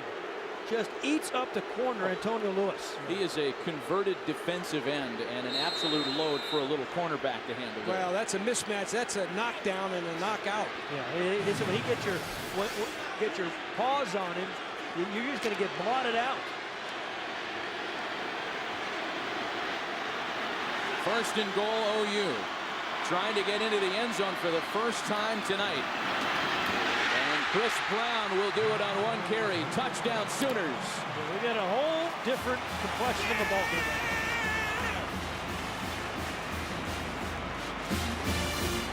Well, Chris Brown, whose big work has come in big games, 5 of his 9 touchdowns came in 2 games versus Missouri, is good for OU's first touchdown here tonight. I remember we were talking to Kevin Wilson, the offensive coordinator, about Chris Brown. He said, you know, he's not flashy, but he gets the job done for us. You know, you block 2 yards, he'll get you 4. You block 4, he'll get you 7. Well, I like the combination of Patrick and Brown. When you start alternating backs and letting them roll like that, which OU has done this half a little bit more, now all of a sudden we got ourselves a ball game. And they're going to try for the 2-point conversion here. I think this is early to go for 2. I would agree. I think this is a little bit early in the game to go for 2. And the pass is incomplete, intended for Iglesias, so it stays a 5-point game. That was their first attempt at a 2-point conversion this season. A 1-yard TD run by Chris Brown.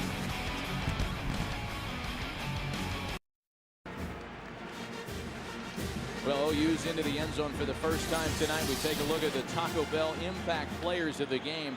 Patrick White had the big first half, balanced between his feet and his arm, and Sam Bradford has thrown an interception. It came early, but of his 164 passing yards, 75 of them this quarter. So he has totally turned it around after the halftime adjusting that Kevin Wilson and Bob Stoops went through. Well, we got us a lot of football left, and I'll tell you, the impact player of the game at the end of the game may be a whole lot different than it is right now. I agree with who they are right now. Onside kick attempt. Onside kick recovered by the Mountaineers. Well, you know what, Terry? You said the 2-point play was too early. The onside kick maybe too early. Ridwan Malik was there to recover the onside kick for West Virginia. Well, you know, it's like they always say, if it works, it's a great call. Yeah. And if it doesn't work, why would you do that? Well, this kick doesn't go far enough. It didn't go 10 yards. It's just not a good enough executed kick to perform here in the Fiesta Bowl. And, you know, heads up, you know, Bill Stewart, who is the interim head coach, is the special teams coach for West Virginia as well. He had his guys ready, and Malik makes a very nice play. And now West Virginia, great field position. Yeah. That's like a kickoff return all the way down to the 38-yard line of Oklahoma. Sooners had only attempted one onside kick all year. They did not recover it either. White on the play fake, keeps it trying to get around the left side. He's bounced out of bounds after no gain by Darian Williams. You know, again, surprising call to me, Terry.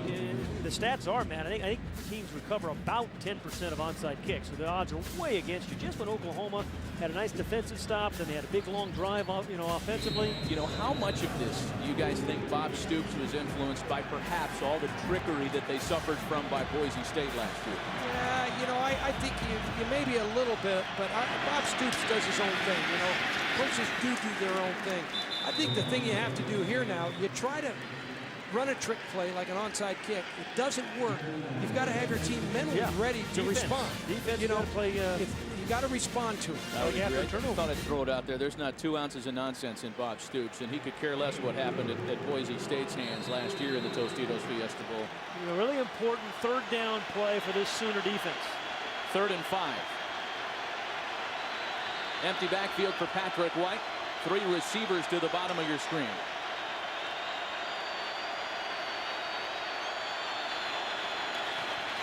Oklahoma blitz. Boy, the blitz pickup was perfect as White runs himself a first down.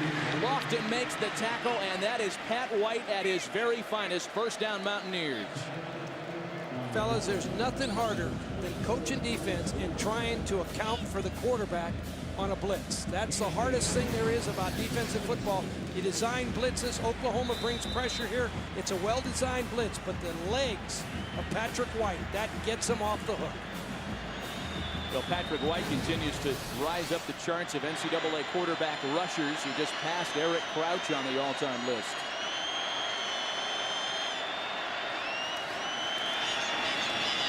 White keeps it again. You know, just to quantify, guys, how hard it is to tackle Pat White. At one point this season, he rushed for 100 or more in 4 straight games. Vince Young, in his entire 3-year career at Texas, did it a total of 4 times. The 4 quarterback-centric offense in turning another 100-yard game for Patrick White on 16 rushes. His career, he's averaged, I think, 7 yards a carry, so he's just about there again. But he's had a much better passing year this year as well. 3 straight.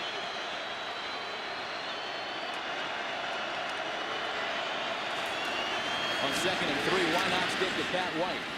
But the middle is duly clogged on this occasion by the redshirt freshman Gerald McCoy, the Big 12's defensive freshman of the year. You know, a lot of people talk about the spread offense, which is what West Virginia runs. Well, the spread offense, it's a combination of the old shotgun offense, the old single wing, and the wishbone. And it takes all those elements of great offenses and it combines it into one package. That's why it's so hard to defend. Doesn't it help when you have number 5 at quarterback, though? Yeah. Oh, the whole thing is the quarterback. Yeah. You got to have a runner and a guy who can hit some balls for you at the quarterback. 3rd and a yard.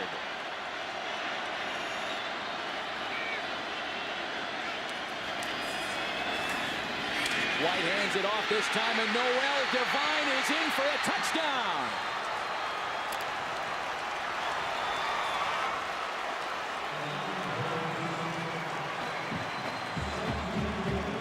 A player whose last name really epitomizes how good the WVU running game has been all year. Devine for 6.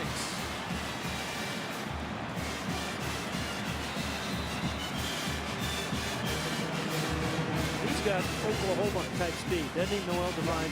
He is quick. He really is. Man. Big freshman year for Devine.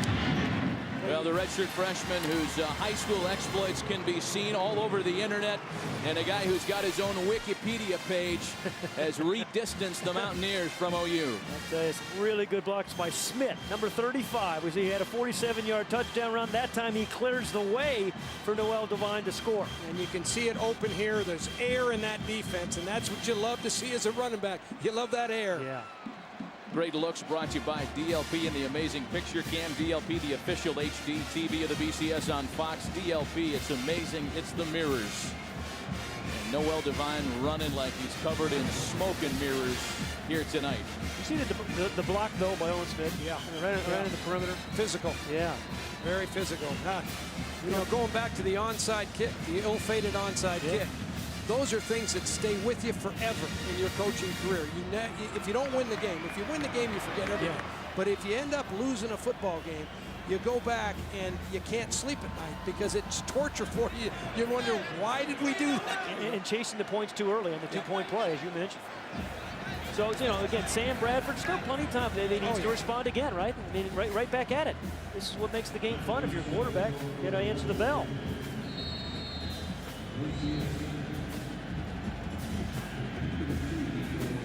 So Pat McAfee will kick it away. 3:34 left in the third quarter. Pat McAfee has had a terrific game punting the ball. Boy, he's done a great job.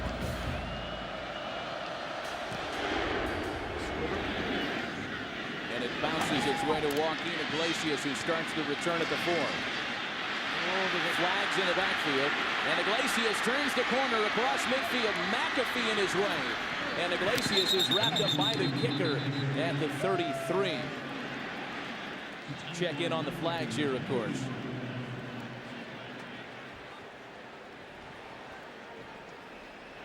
The flag was well in front of the play, as I misspoke. During the return, holding number 5 on the receiving team. 10-yard penalty from the spot of the foul. It'll be 1st and 10. That's 10 penalties. The 10th penalty on OU, and this one's charged to Nick Harris as we check in with Laura Oakman. Well, you guys, Noel Devine makes it look so easy, but his high school coach said he wouldn't wish this kid's path on his worst enemy. Noel lost both of his parents to AIDS and saw his best friend murdered. Everyone who meets him loves this kid. He actually worked with Deion Sanders, who tried to adopt him. At 19, just 19, he is flourishing on and off the field at West Virginia. He's even drawn comparisons to Barry Sanders. What do you guys think of that? Pretty lofty. I tell you, he's got some quicks. He's got speed. OU keeps it on the ground. And it's Alan Patrick for a gain of 3. Excuse me, man. I just love those stories about guys overcoming so many things that it's hard to imagine. Well, and just think of it tonight. Steve Slayton goes down. You know, he's the star of the team, 1,000-yard rusher, 55 touchdowns in his career. He's down for the game, and all of a sudden, this guy gets his opportunity, and there you go.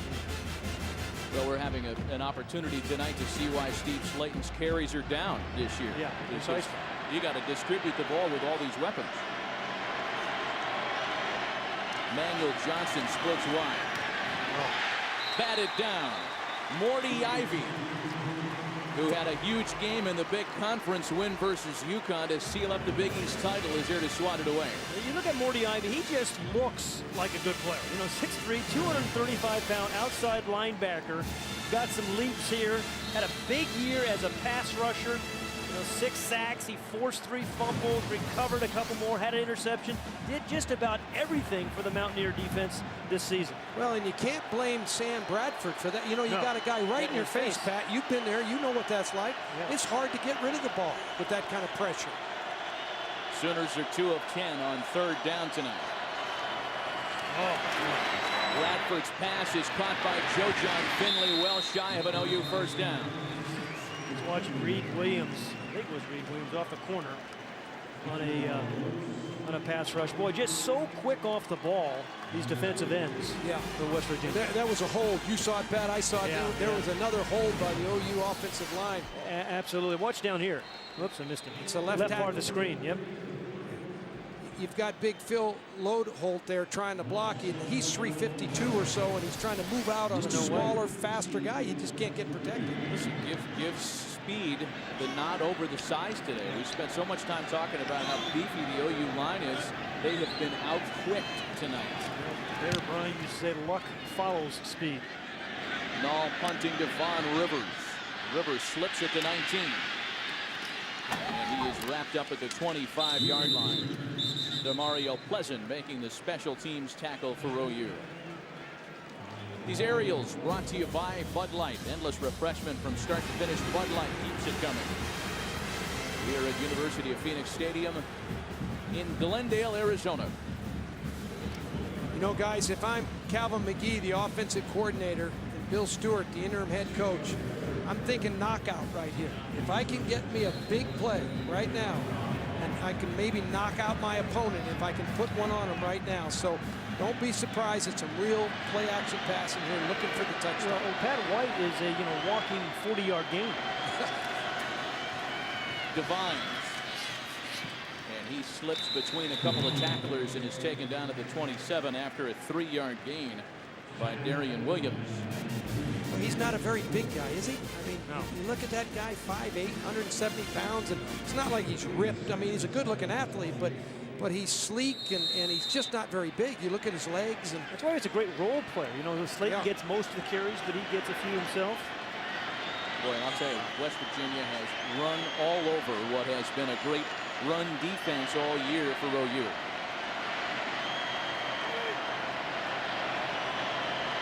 We are inside of a minute remaining here in the third quarter.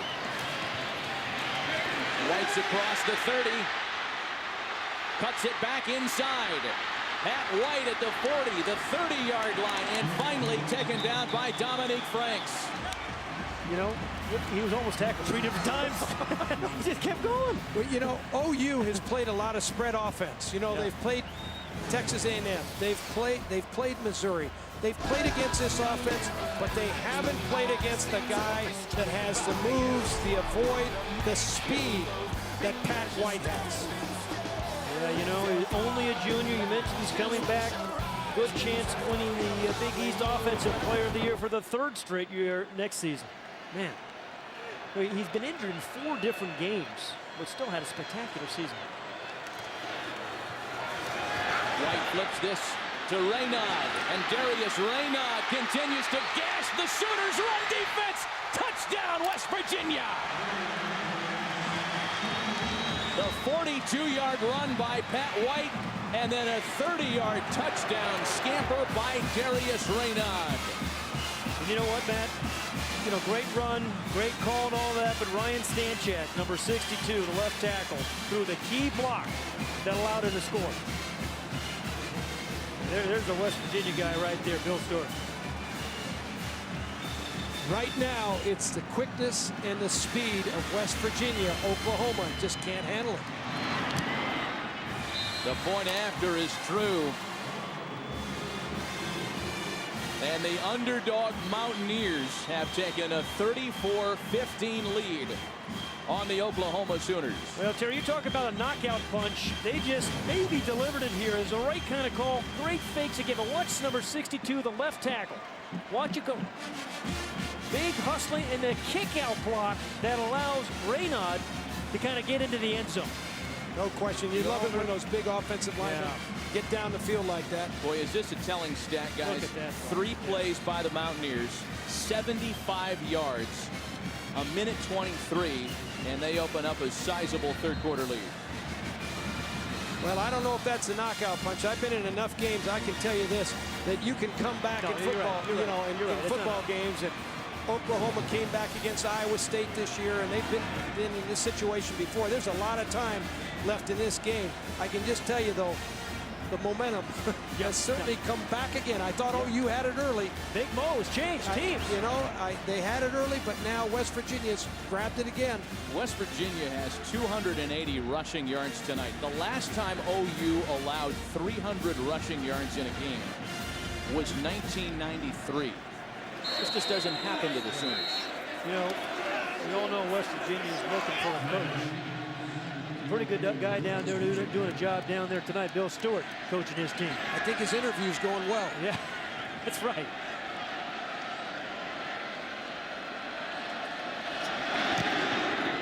McAfee bounces another ground ball up the middle.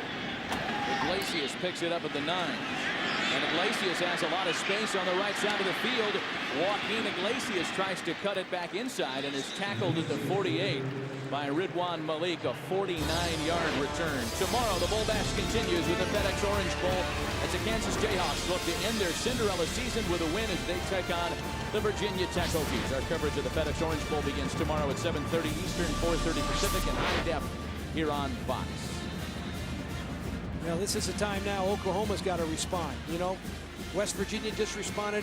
Oklahoma's got great field position here on the 48-yard line. They got a great return there. They're in position here to move this football and respond to that touchdown. Chris Brown, the lone back, to swing past Emmanuel Johnson. He gets around the corner. Emmanuel Johnson runs out of bounds just shy of the first down marker, a gain of 9. A young West Virginia team. Whoever coaches them next year is going to inherit a pretty good football team. Well, Oklahoma too. You're going to get another year of Pat White. Yep, another year of Pat White. Bonus for anybody. Probably Steve Slayton. The whole offensive line has a chance of coming back. And there's a guy who's having some fun. I tell you, Don't you love it? You gotta love him. Yeah. He hasn't been a head coach very long. Yeah, I know, He's having way too much fun. I see that furrow on his brow. He isn't suffering enough. I hate that guy. Bradford with the long ball down the middle of the field. His receiver was on his duff, and they flagged the cornerback Antonio Lewis as Manuel Johnson was on his knees when that ball got to him. Well, judgment call. Is that catchable? I don't know, but it's a good call for OU right now. Oh, yeah, absolutely. Again, getting down there and responding to what West Virginia did. Come right back on offense and respond and keep yourself right here. Pass interference, number 6 on the defense. 15-yard penalty from the previous spot. Automatic first down. We will extend the quarter with an untimed down. Cannot end a quarter on a penalty like that, so the penalty will expand the quarter. Yeah, Bill Stewart's saying the same thing. That ball catchable. Clearly he ran into him, right? I think what they're saying here is if you get knocked down, you don't have an opportunity to catch the ball. You know? And you know, these athletes are so great. They, you know, what is uncatchable today's game with these great wide receivers? I think clearly there. Good call. The offensive guy didn't have the opportunity to continue the run.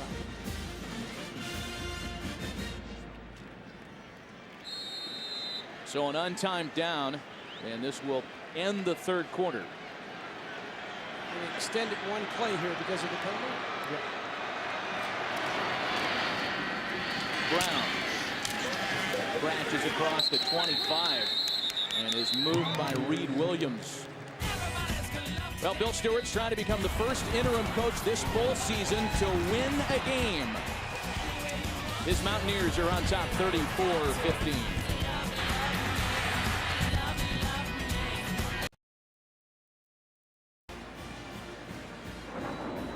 The Fox crew travels to the BCS Bowl games powered by NetJets with their marquee jet card. Somebody didn't call me. I didn't make that flight. Well, there's a school bus out back with that says Hayden Donahue Excursion, and that's how we're getting out of here tonight. Thanks, buddy. Somebody didn't call me on that one. Well, Bob Stoops trying to put a little octane back into his offense. Fourth quarter underway. Patrick. And he is bottled up at the 22-yard line.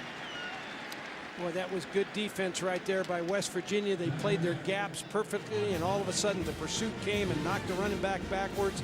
That's just how you design it.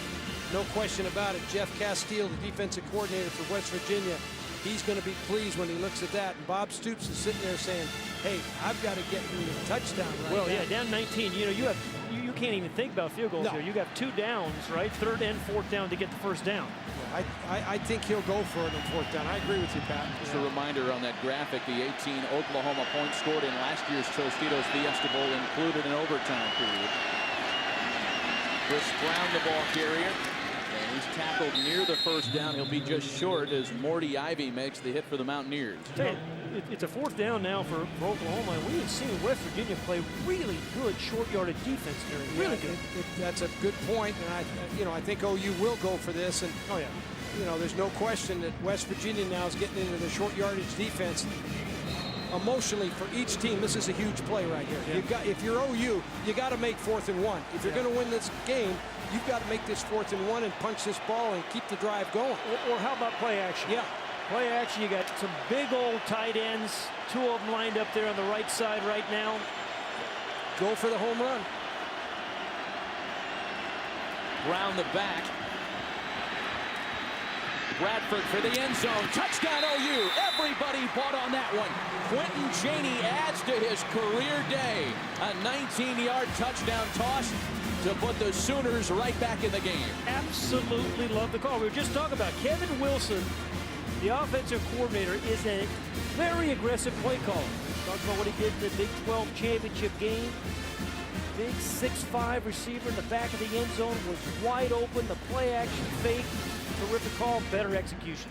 Yeah, I think they had a bust on West Virginia's defense right there. You can see Larry Williams, the corner. He's pointing inside, looking for some safety help. Didn't get it. But I agree with you, Pat. They go for the home run, not the first down. They go for the touchdown. And now, again, going for the 2-point play. Missed one earlier.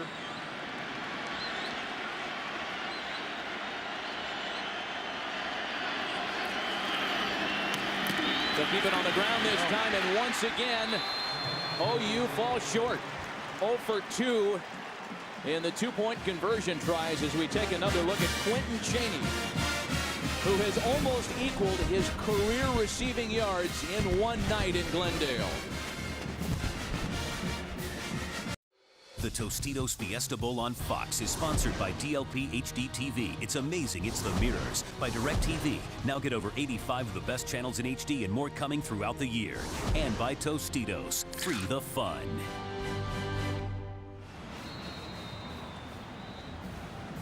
Well, so far tonight in the Tostitos Fiesta Bowl, the Mountain Man has outrun the Sooner Schooner. It is 34-21 for interim coach Bill Stewart and the West Virginia Mountaineers.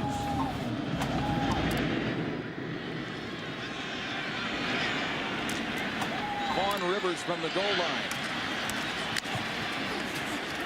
Rivers still going, but taken down by a couple of bodies at the 21-yard line. Brian Jackson leads the way for the Sooners. One of the things when you're playing against Pat White, you want to make sure you build a fence around him and keep him pinned in. You want to keep him in the perimeter. You can see all this space out here. Watch Pat White here on the pass. As soon as OU's defense comes inside, you can see what he sees. He feels all of that space out there in the green grass, and watch him go. The guy will pull the ball down, and this is what kills you as a defense. When you don't keep him contained, build a fence around him. Pat White responsible for 241 of the Mountaineers' 377 yards of offense. The home run ball, and there they go! Tito Gonzalez, touchdown Mountaineers!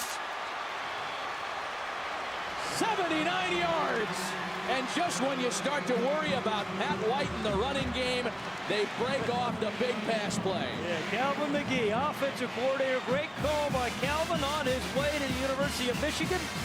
Asked his team whether, hey, would you guys mind if I come back and coach in the bowl game? They said, come on back, Calvin, if you call him like that. He ought to be up there clapping. Yeah. I'll tell you what, I'd be clapping if I was him too. But again, I'm going back. Oklahoma, you can't stay on the canvas.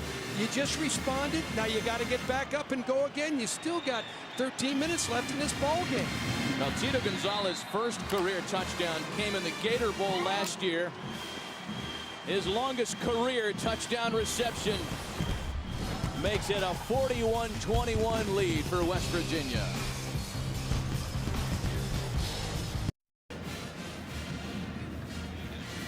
Now, to quote Eddie Murphy, Tito, get me a tissue.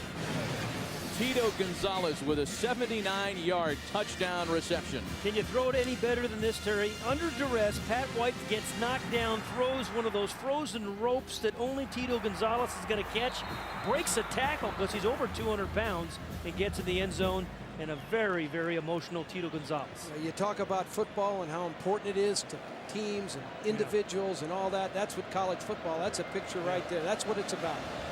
All that emotion explodes onto the field. Only other time you see a kid that age with a hardwired telephone, too. Joaquin Iglesias from the goal line. He's tackled at the 26. And a little fracas after the play as well. Bobby Hathaway made the special teams in. You know, it always seems in some bowl game or in the course of the season, an unusual player kind of steps up and makes some plays. And you mentioned Tito Gonzalez, kind of a quiet year, only 9 catches on the year, but a tremendous touchdown reception from Pat White. But that shows how important these bowl games are. You know, you'll be talking about the Tostitos Fiesta Bowl and the big catch for the rest of his life. Absolutely.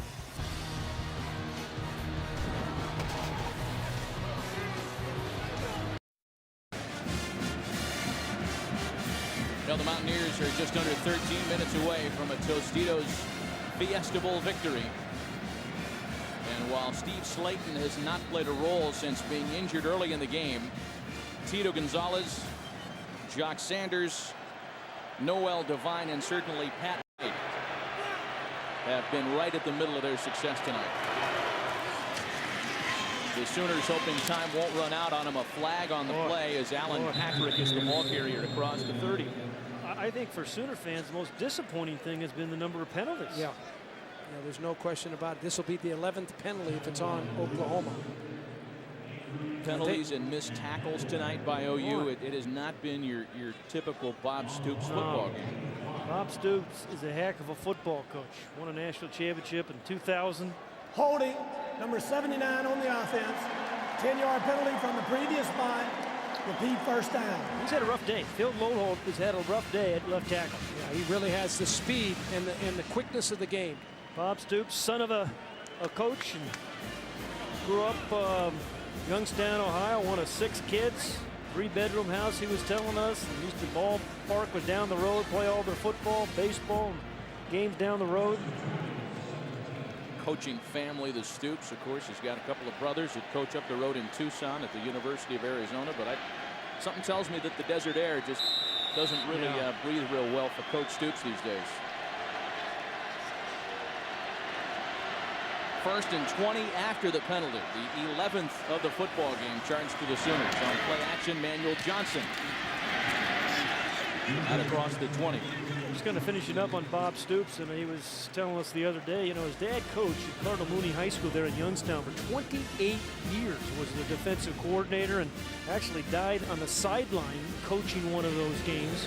And his brother, Bob's brother, Ron Jr., is now the defensive coach there still. Yeah, Bob Stoops, I covered his team when he was at Florida as a defensive coordinator, and we were doing games there. He worked for Steve Spurrier. I've known Bob Stoops a long time. He is a quality guy and really a tough, good, solid football player. Bradford's second down pass caught by the tight end Gresham. He'll still be short of a first down as it takes a handful of tacklers to bring him to his knees. Let's check in with Laura. You guys were talking about the Stoops family tree. Bill Stewart knew Bob's dad from recruiting days and even recruited 2 of Bob's brothers. Both staffs the other night were at a banquet this week, and while talking to the crowd about Coach Stewart, Stoops looked at West Virginia's athletic director and said, "It's about time to remove that interim tag." Now, Coach Stewart didn't want to comment on that because he didn't want to sound like he was politicking. That's not his style, but he did get emotional when I asked about it, saying it meant the world to me that he would say that. 3rd and 2. Chris Brown has the Oklahoma first down. Good. And there's a flag after the tackle again. Good tough run by Chris Brown. Knew exactly what he needed to get the first down. One of the things Oklahoma's got to think about, they're 20 points down right here. You got to be thinking about no huddle offense. You know, the clock's the enemy right now. And Personal foul, face mask, number 6 on the defense. 15 yards from the end of the run, first down. You know, you got to be thinking from a strategic standpoint. Okay, I've got to get 3 scores here. Get in and out of the huddle. And I got to move that clock, and I've got to play fast now. I don't have a lot of time. The clock is not the ally; it's the enemy. And some wide receivers have to think about maybe breaking a tackle or 2, right? Terry? You got to get some big plays. Yeah, make some plays after the catch. And this is the guy down here who's made most of them today for the Sooners, Quentin Chaney. The 2 leading receivers in this game, Chaney for OU and Gonzalez for West Virginia, had less than 200 combined receiving yards all season. And a flag on the play. And let me tell you, not only can Colton Cheney, not only can he catch a ball, he can sell a call too. Well, there are going to be 2 penalties. There's going to be pass interference and then a personal foul, I believe. Yeah, I agree with that, Pat. I saw it, and I agree with you. 30 yards coming up. Yeah.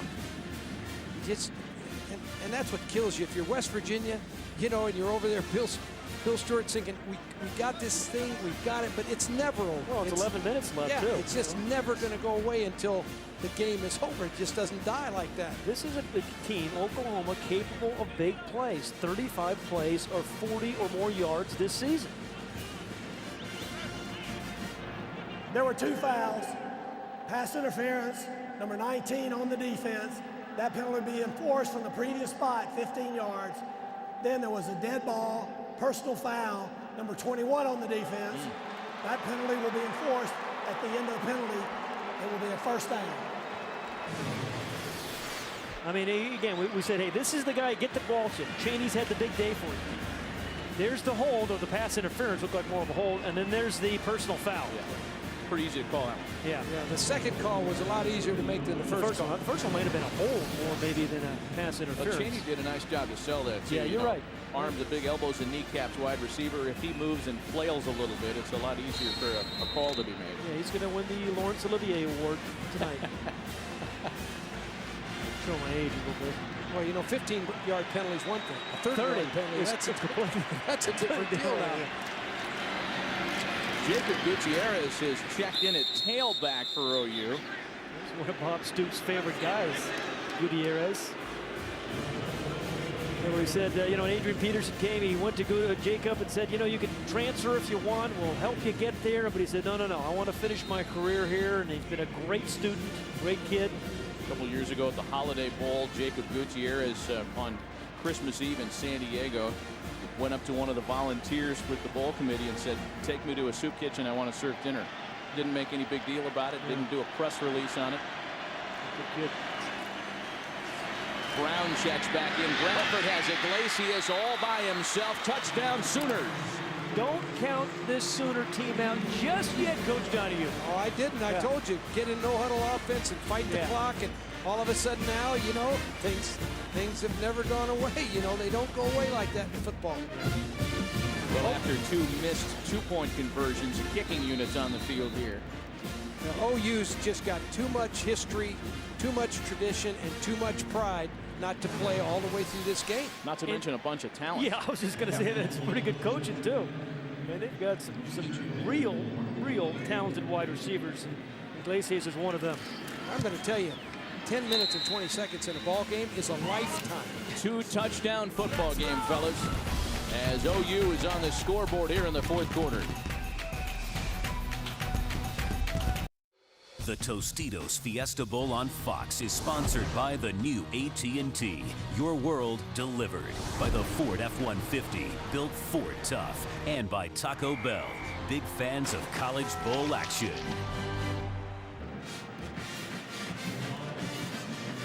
Well, the Sooners get into the end zone to make it a 2-touchdown game.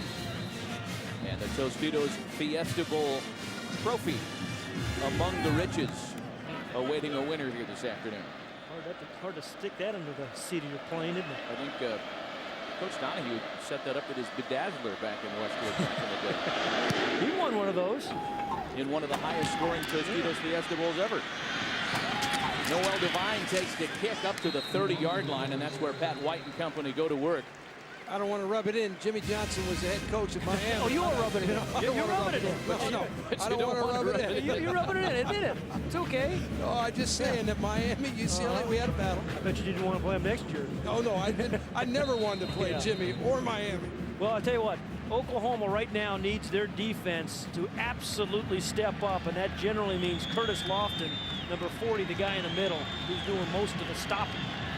I agree with you, Pat. And the other thing West Virginia has to do is secure the football. You played so well in the areas of turnovers. Just keep that ball tucked away. Pat White up to the 35. It remains a salient point that in WVU's only 2 losses this year, they turned it over 9 times. Today, and I ain't trying to jinx you, Coach Stu, no turnovers by the Mountaineers. You know, coaches talk about it all the time, and people get tired of hearing about it. you know, turnovers. Just don't turn the ball over. But it's true. When you don't turn it over, you're tough to beat. Even if the other team's a little better than you are, you're just tough to beat. 2nd and 5. Schmidt lines up in front of Devine. And behind the convoy, the one-man convoy. It took one block to break Noel Devine. Touchdown Mountaineers!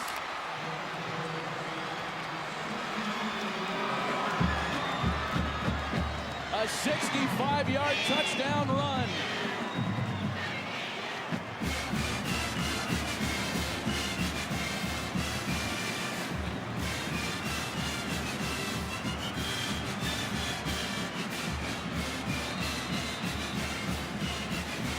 The Mountaineers have run for 350 yards on one of the best rush defenses in the nation.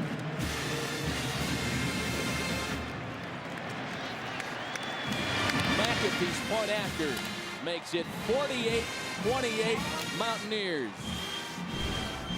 And from Wheeling to White Sulphur Springs, they're getting excited in West Virginia.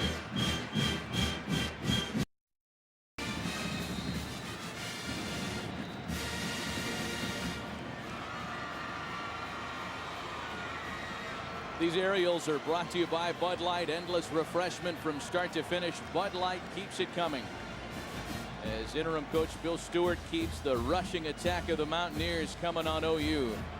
And the Mountain Man loving the 48-28 lead. You love the Mountain Man. Loves the Mountain Man, I'll tell you. You love Mountain Man. Think of Grizzly Adams on the Atkins diet. Coach Stewart trying to become again the first interim tagged head coach to win a bowl game this season. And look at the productivity that we've seen here in the second half.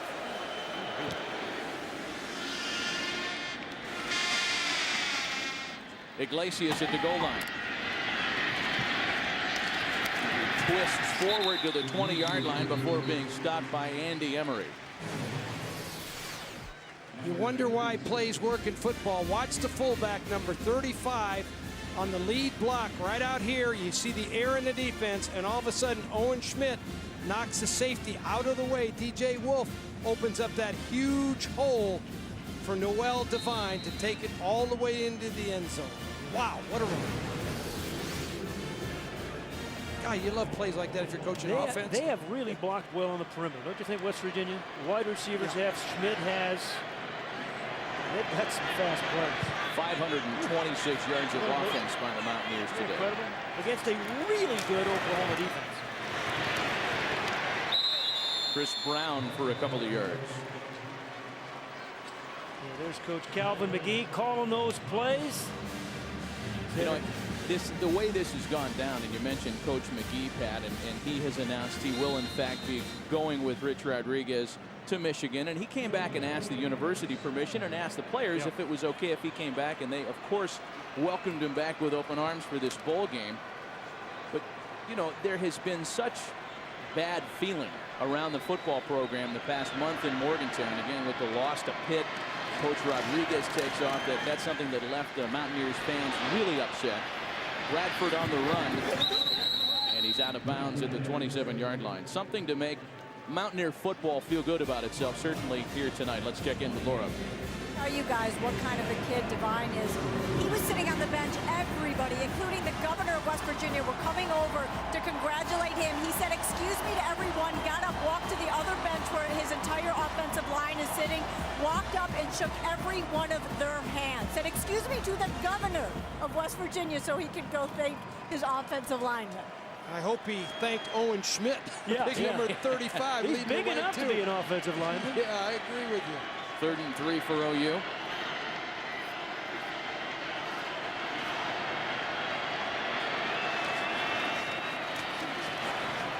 Bradford finds Iglesias. He's trying to stay on his feet.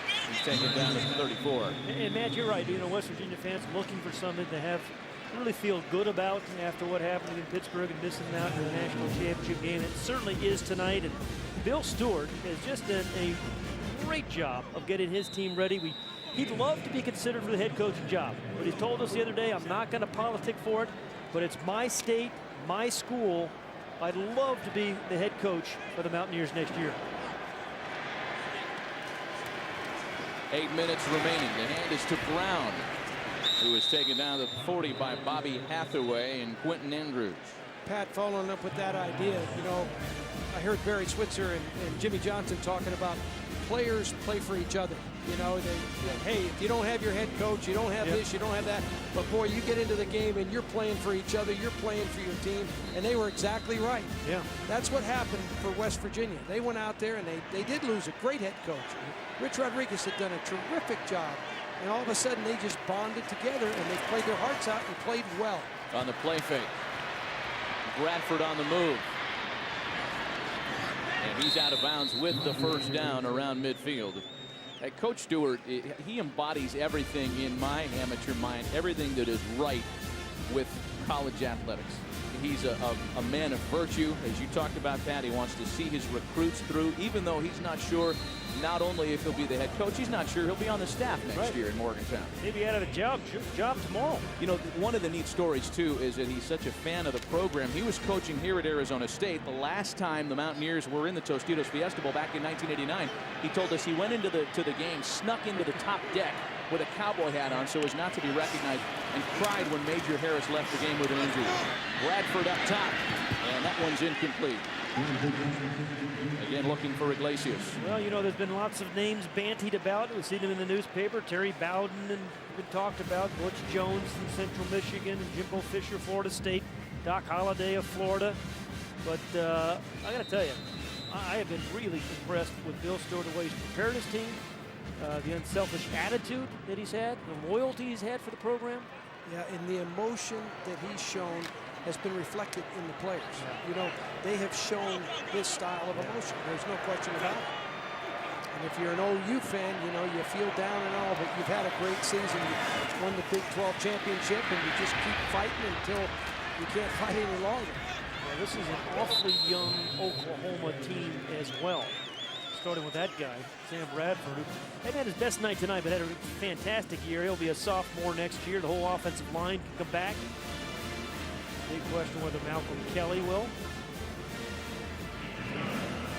But I think both these teams will be preseason top 10 next year. Matt, maybe Oklahoma top 5.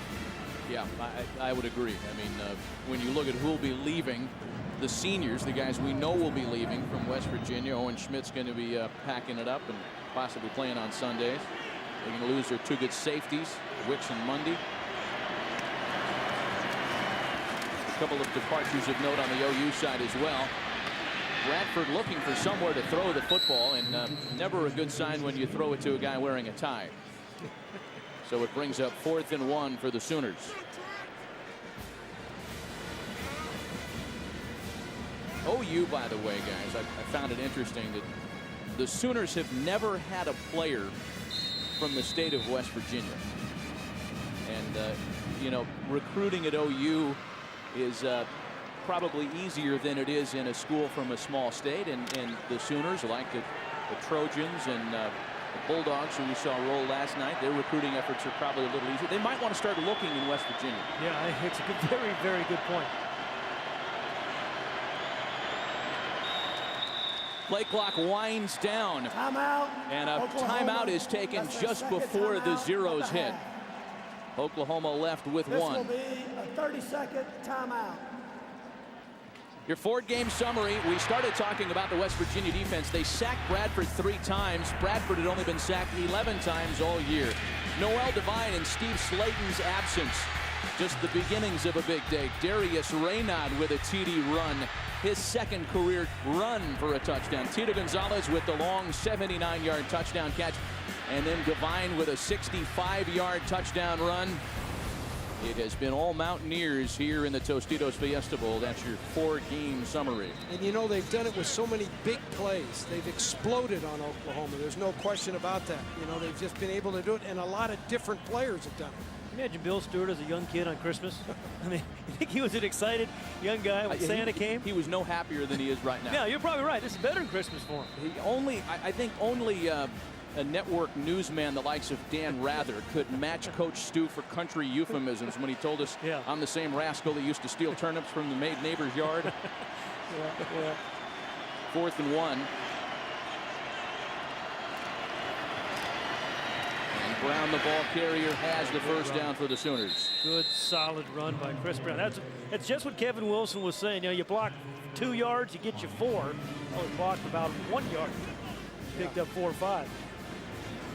So under 7 minutes left. As some of the Mountaineers, much to the chagrin of Jim Ross, feel like it's time to perhaps start having a little fun on the sideline.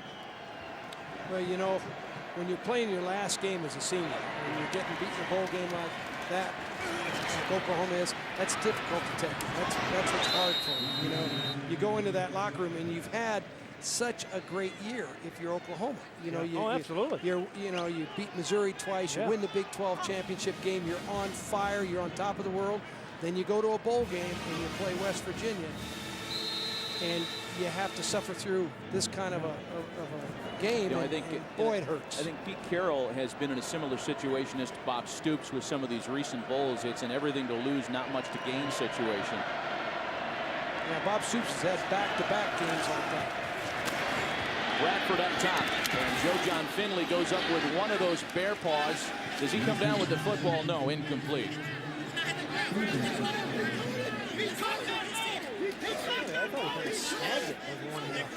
Flag down as well. Bob Stoops does too, but understand he coaches them. They're the one that we talked about, these 3 tight ends a bunch. Well, what a great leap. Yeah. Well, hadn't touched the ground yet. Hadn't touched the ground yet. Hadn't touched the ground yet. Hadn't touched the ground yet. It's touch the ground. What a game. But it took a while. Joe John Finley will be one of the seniors leaving the program after The play is ruled incomplete on the field. I think Bob. Personal foul, roughing the passer, number 47, helmet-to-helmet contact. That'll be 15 yards from the previous spot. Automatic first down.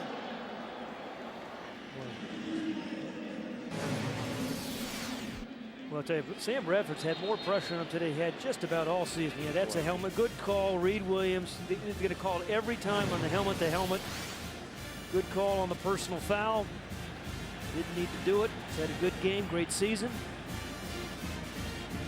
It'll be the only blemish on the night for the native of Moorfield, West Virginia, population 2,400. You know, I was talking about Joe John Finley and his being one of the seniors leaving the OU program. We'll take a look at that almost great grab once again. Well, the real question is, does the ball finally, the tip of the ball finally rest on the ground? You can catch it with your legs there, actually have possession. Does he have possession right there? See the ball rolled. Yeah, but I thought he maybe had possession. God, how does he have possession of it down there? I disagree with both of you guys. I think that's a catch. Okay. That's bouncing around like a ping pong watch, ball. Stop. He's got possession. You catch it with your feet, back, face mask. I've saw a guy get one stuck in his face mask one time. You're sticking up for him because he's an economics major. I think you're going to lose this one, Pat. I just like to disagree with you, Terry. You know that. Here, I probably did touch the ground, but he kept it alive. He as long did, as he boy. could. Well, that's a heck of an effort. He's fighting to keep it alive. You got to give him credit. Yeah. Well, we gave the folks upstairs plenty of looks at that.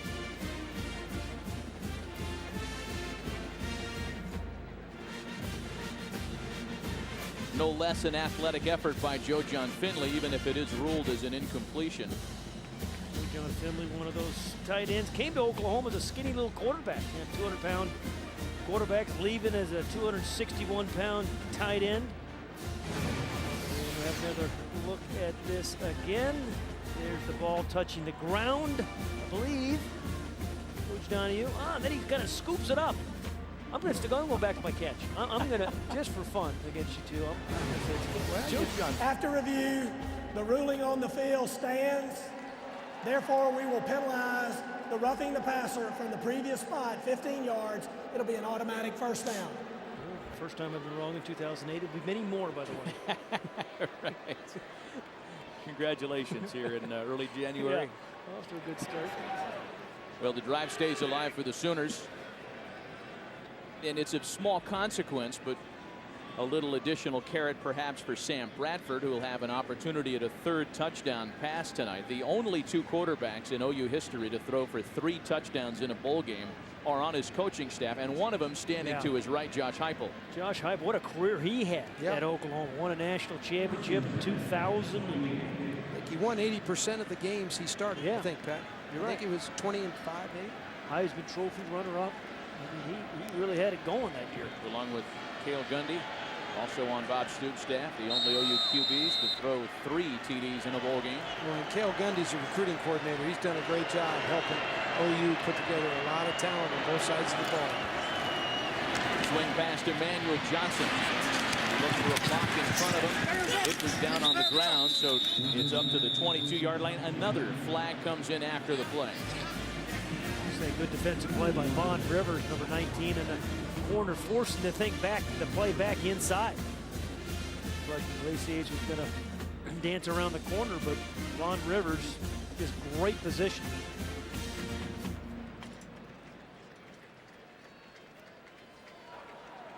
After the play, personal foul, late hit, number 71 on the offense, 15-yard penalty from the end of the run.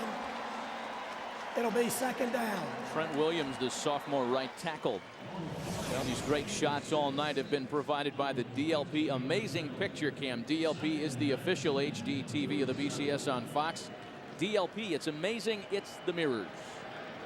Does that put Oklahoma over 100 yards in penalties, Terry? Yeah, it does. 12 for 105 yards. Right. Sure does. 200 combined penalty yards today. Bradford swings it out to Iglesias. What? Here's a flag. Shocker. Is that flags on 4 straight plays? I lost track after 2. Flags on 3 straight plays. We have a consecutive flags statistician for this bowl game What's tonight. the record for the Fiesta Bowl? Well, he's got to get online again.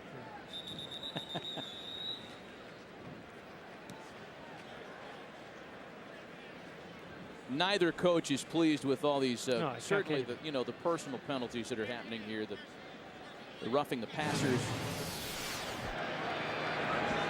Bob Stoops into Trent Williams' face. You know, we used to have a saying in coaching. You learn from a mistake directly proportional. During the play, holding, number 1 on the offense, 10-yard penalty from the spot of the foul. Repeat second down. Directly proportional to how much you sideline suffer warning on the when you do Oklahoma it, bench. you know? That's their first warning. And I think that's what Bob Stoops was doing right there. Yeah. He was making sure he made his point, and I think that's good coaching. I really do, because, you know, he's going to go back. He's got spring practice. He's got the off-season program. Got a good team coming back. He's got a really good young team coming back, and he's making a point. And I'm loving it. A Fiesta Bowl record, a Tostitos Fiesta Bowl record of 225 penalty yards tonight. Well, that's what the fans came to see. Yes. Penalties and punts. There has been plenty of offense in this one tonight. It's been a lot of fun to watch. This is Moses Madu. Yeah, 526 yards of offense for West Virginia and almost 380 for OU, in spite of all those penalties. You know, that's an amazing output from West Virginia's offensive football team. Against this defense? Yeah, against this defense coming in and you know, Oklahoma coming into this game, they'd given up 18 points a game. They were 9th in the country, but most important, they'd only given up 91 yards rushing a game. You know, are you kidding? 350 tonight. Bradford on the play fake, and he's taken down from the backside by Zach Cooper, the sophomore weak side linebacker. What's that, the 4th sack now? There's only 11 coming into the game. I think when Oklahoma looks back on this game, they're going to reflect, and they're going to clearly say that one of the things that just hurt us was the West Virginia speed. We weren't as quick as West Virginia. But you know, again, it's one thing when you have 3 days to prepare for. You had a month. I just expected a little bit more. Yeah, you would have thought they'd handle the defense better. Yeah, a little bit better. Yeah, a little bit better, because there was too many unblocked guys. 4th and 19. Here comes Johnny Dingle as Bradford airs it out for the end zone. Jump ball incomplete, and WVU will take over on down.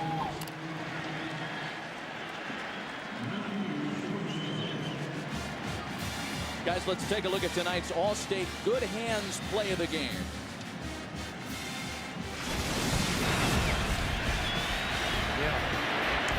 There are some good hands. His longest career touchdown grab.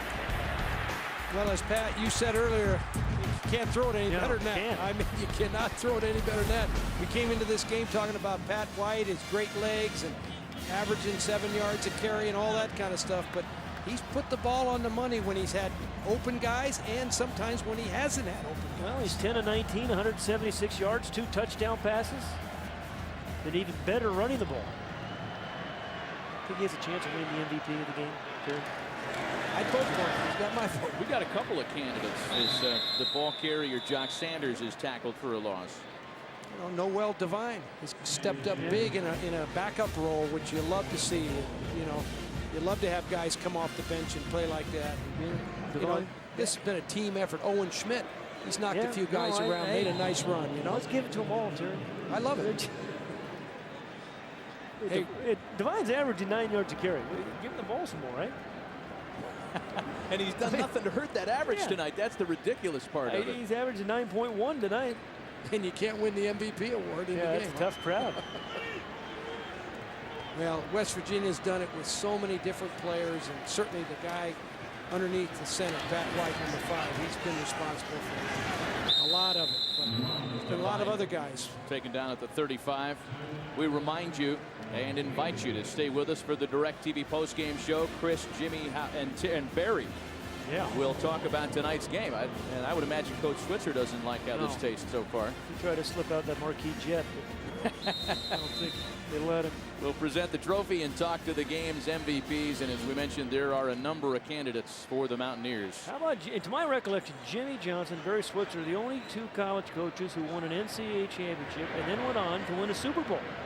They won several NCAA championships, both of them, several. Inside of 3 minutes as Pat White is taken down at the 37.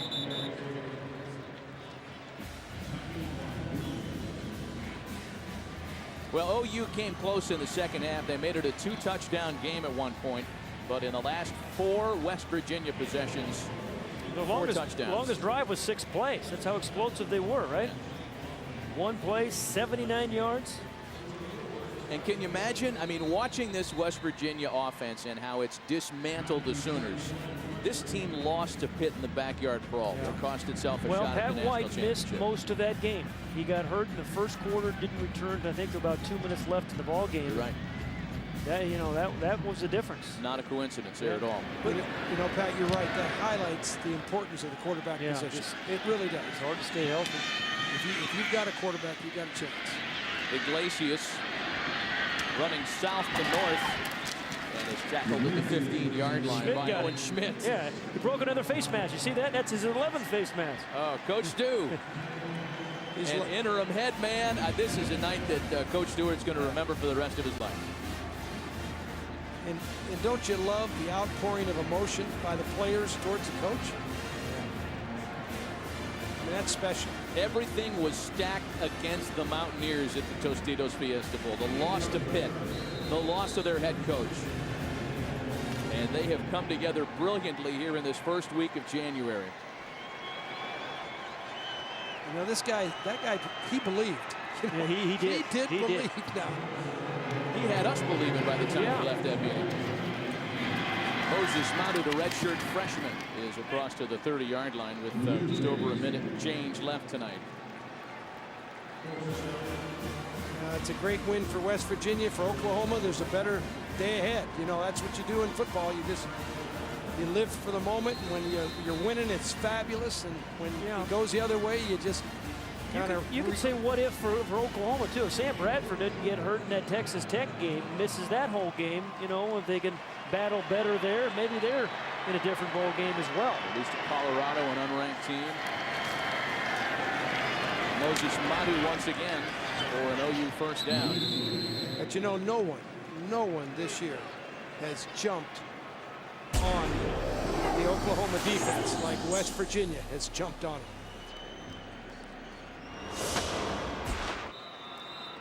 Got the gov there. Yes. Well, the governor addressed the team in practice during the week. Well, so they're going to shut down the state tomorrow. I'm telling you. we were there when the governor addressed the team, and Don Nealon, the longtime West Virginia coach who built this program, he addressed the team as well. And double dip. Those guys have bad intentions. Don't get the governor. Just don't get the governor. They got their defensive coordinator. Jeff Castile gets wet. They should get Jeff Castile. He's done a great job. Boy, you talk about getting a team ready to go on defense and bringing pressure from a lot of different places. And for the Sooners, making their 6th BCS appearance since 2000, it has not been a successful BCS run for Oklahoma. And I'll tell you, you're not going to bring Coach Stoops out to the desert anytime too soon. He's had all he cares to see of University of Phoenix Stadium. Tonight is all about the Mountaineers. The underdogs have their day. Responding to the controversy of the last month, undeterred after the loss of their head coach and the inventor of their spread offense, Coach Bill Stewart, leads the Mountaineers to a Tostitos Fiesta Bowl victory.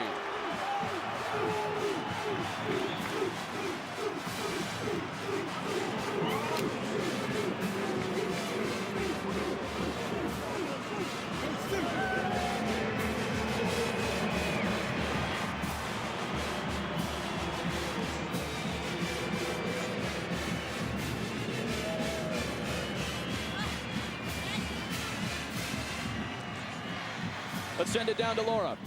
The only way to interview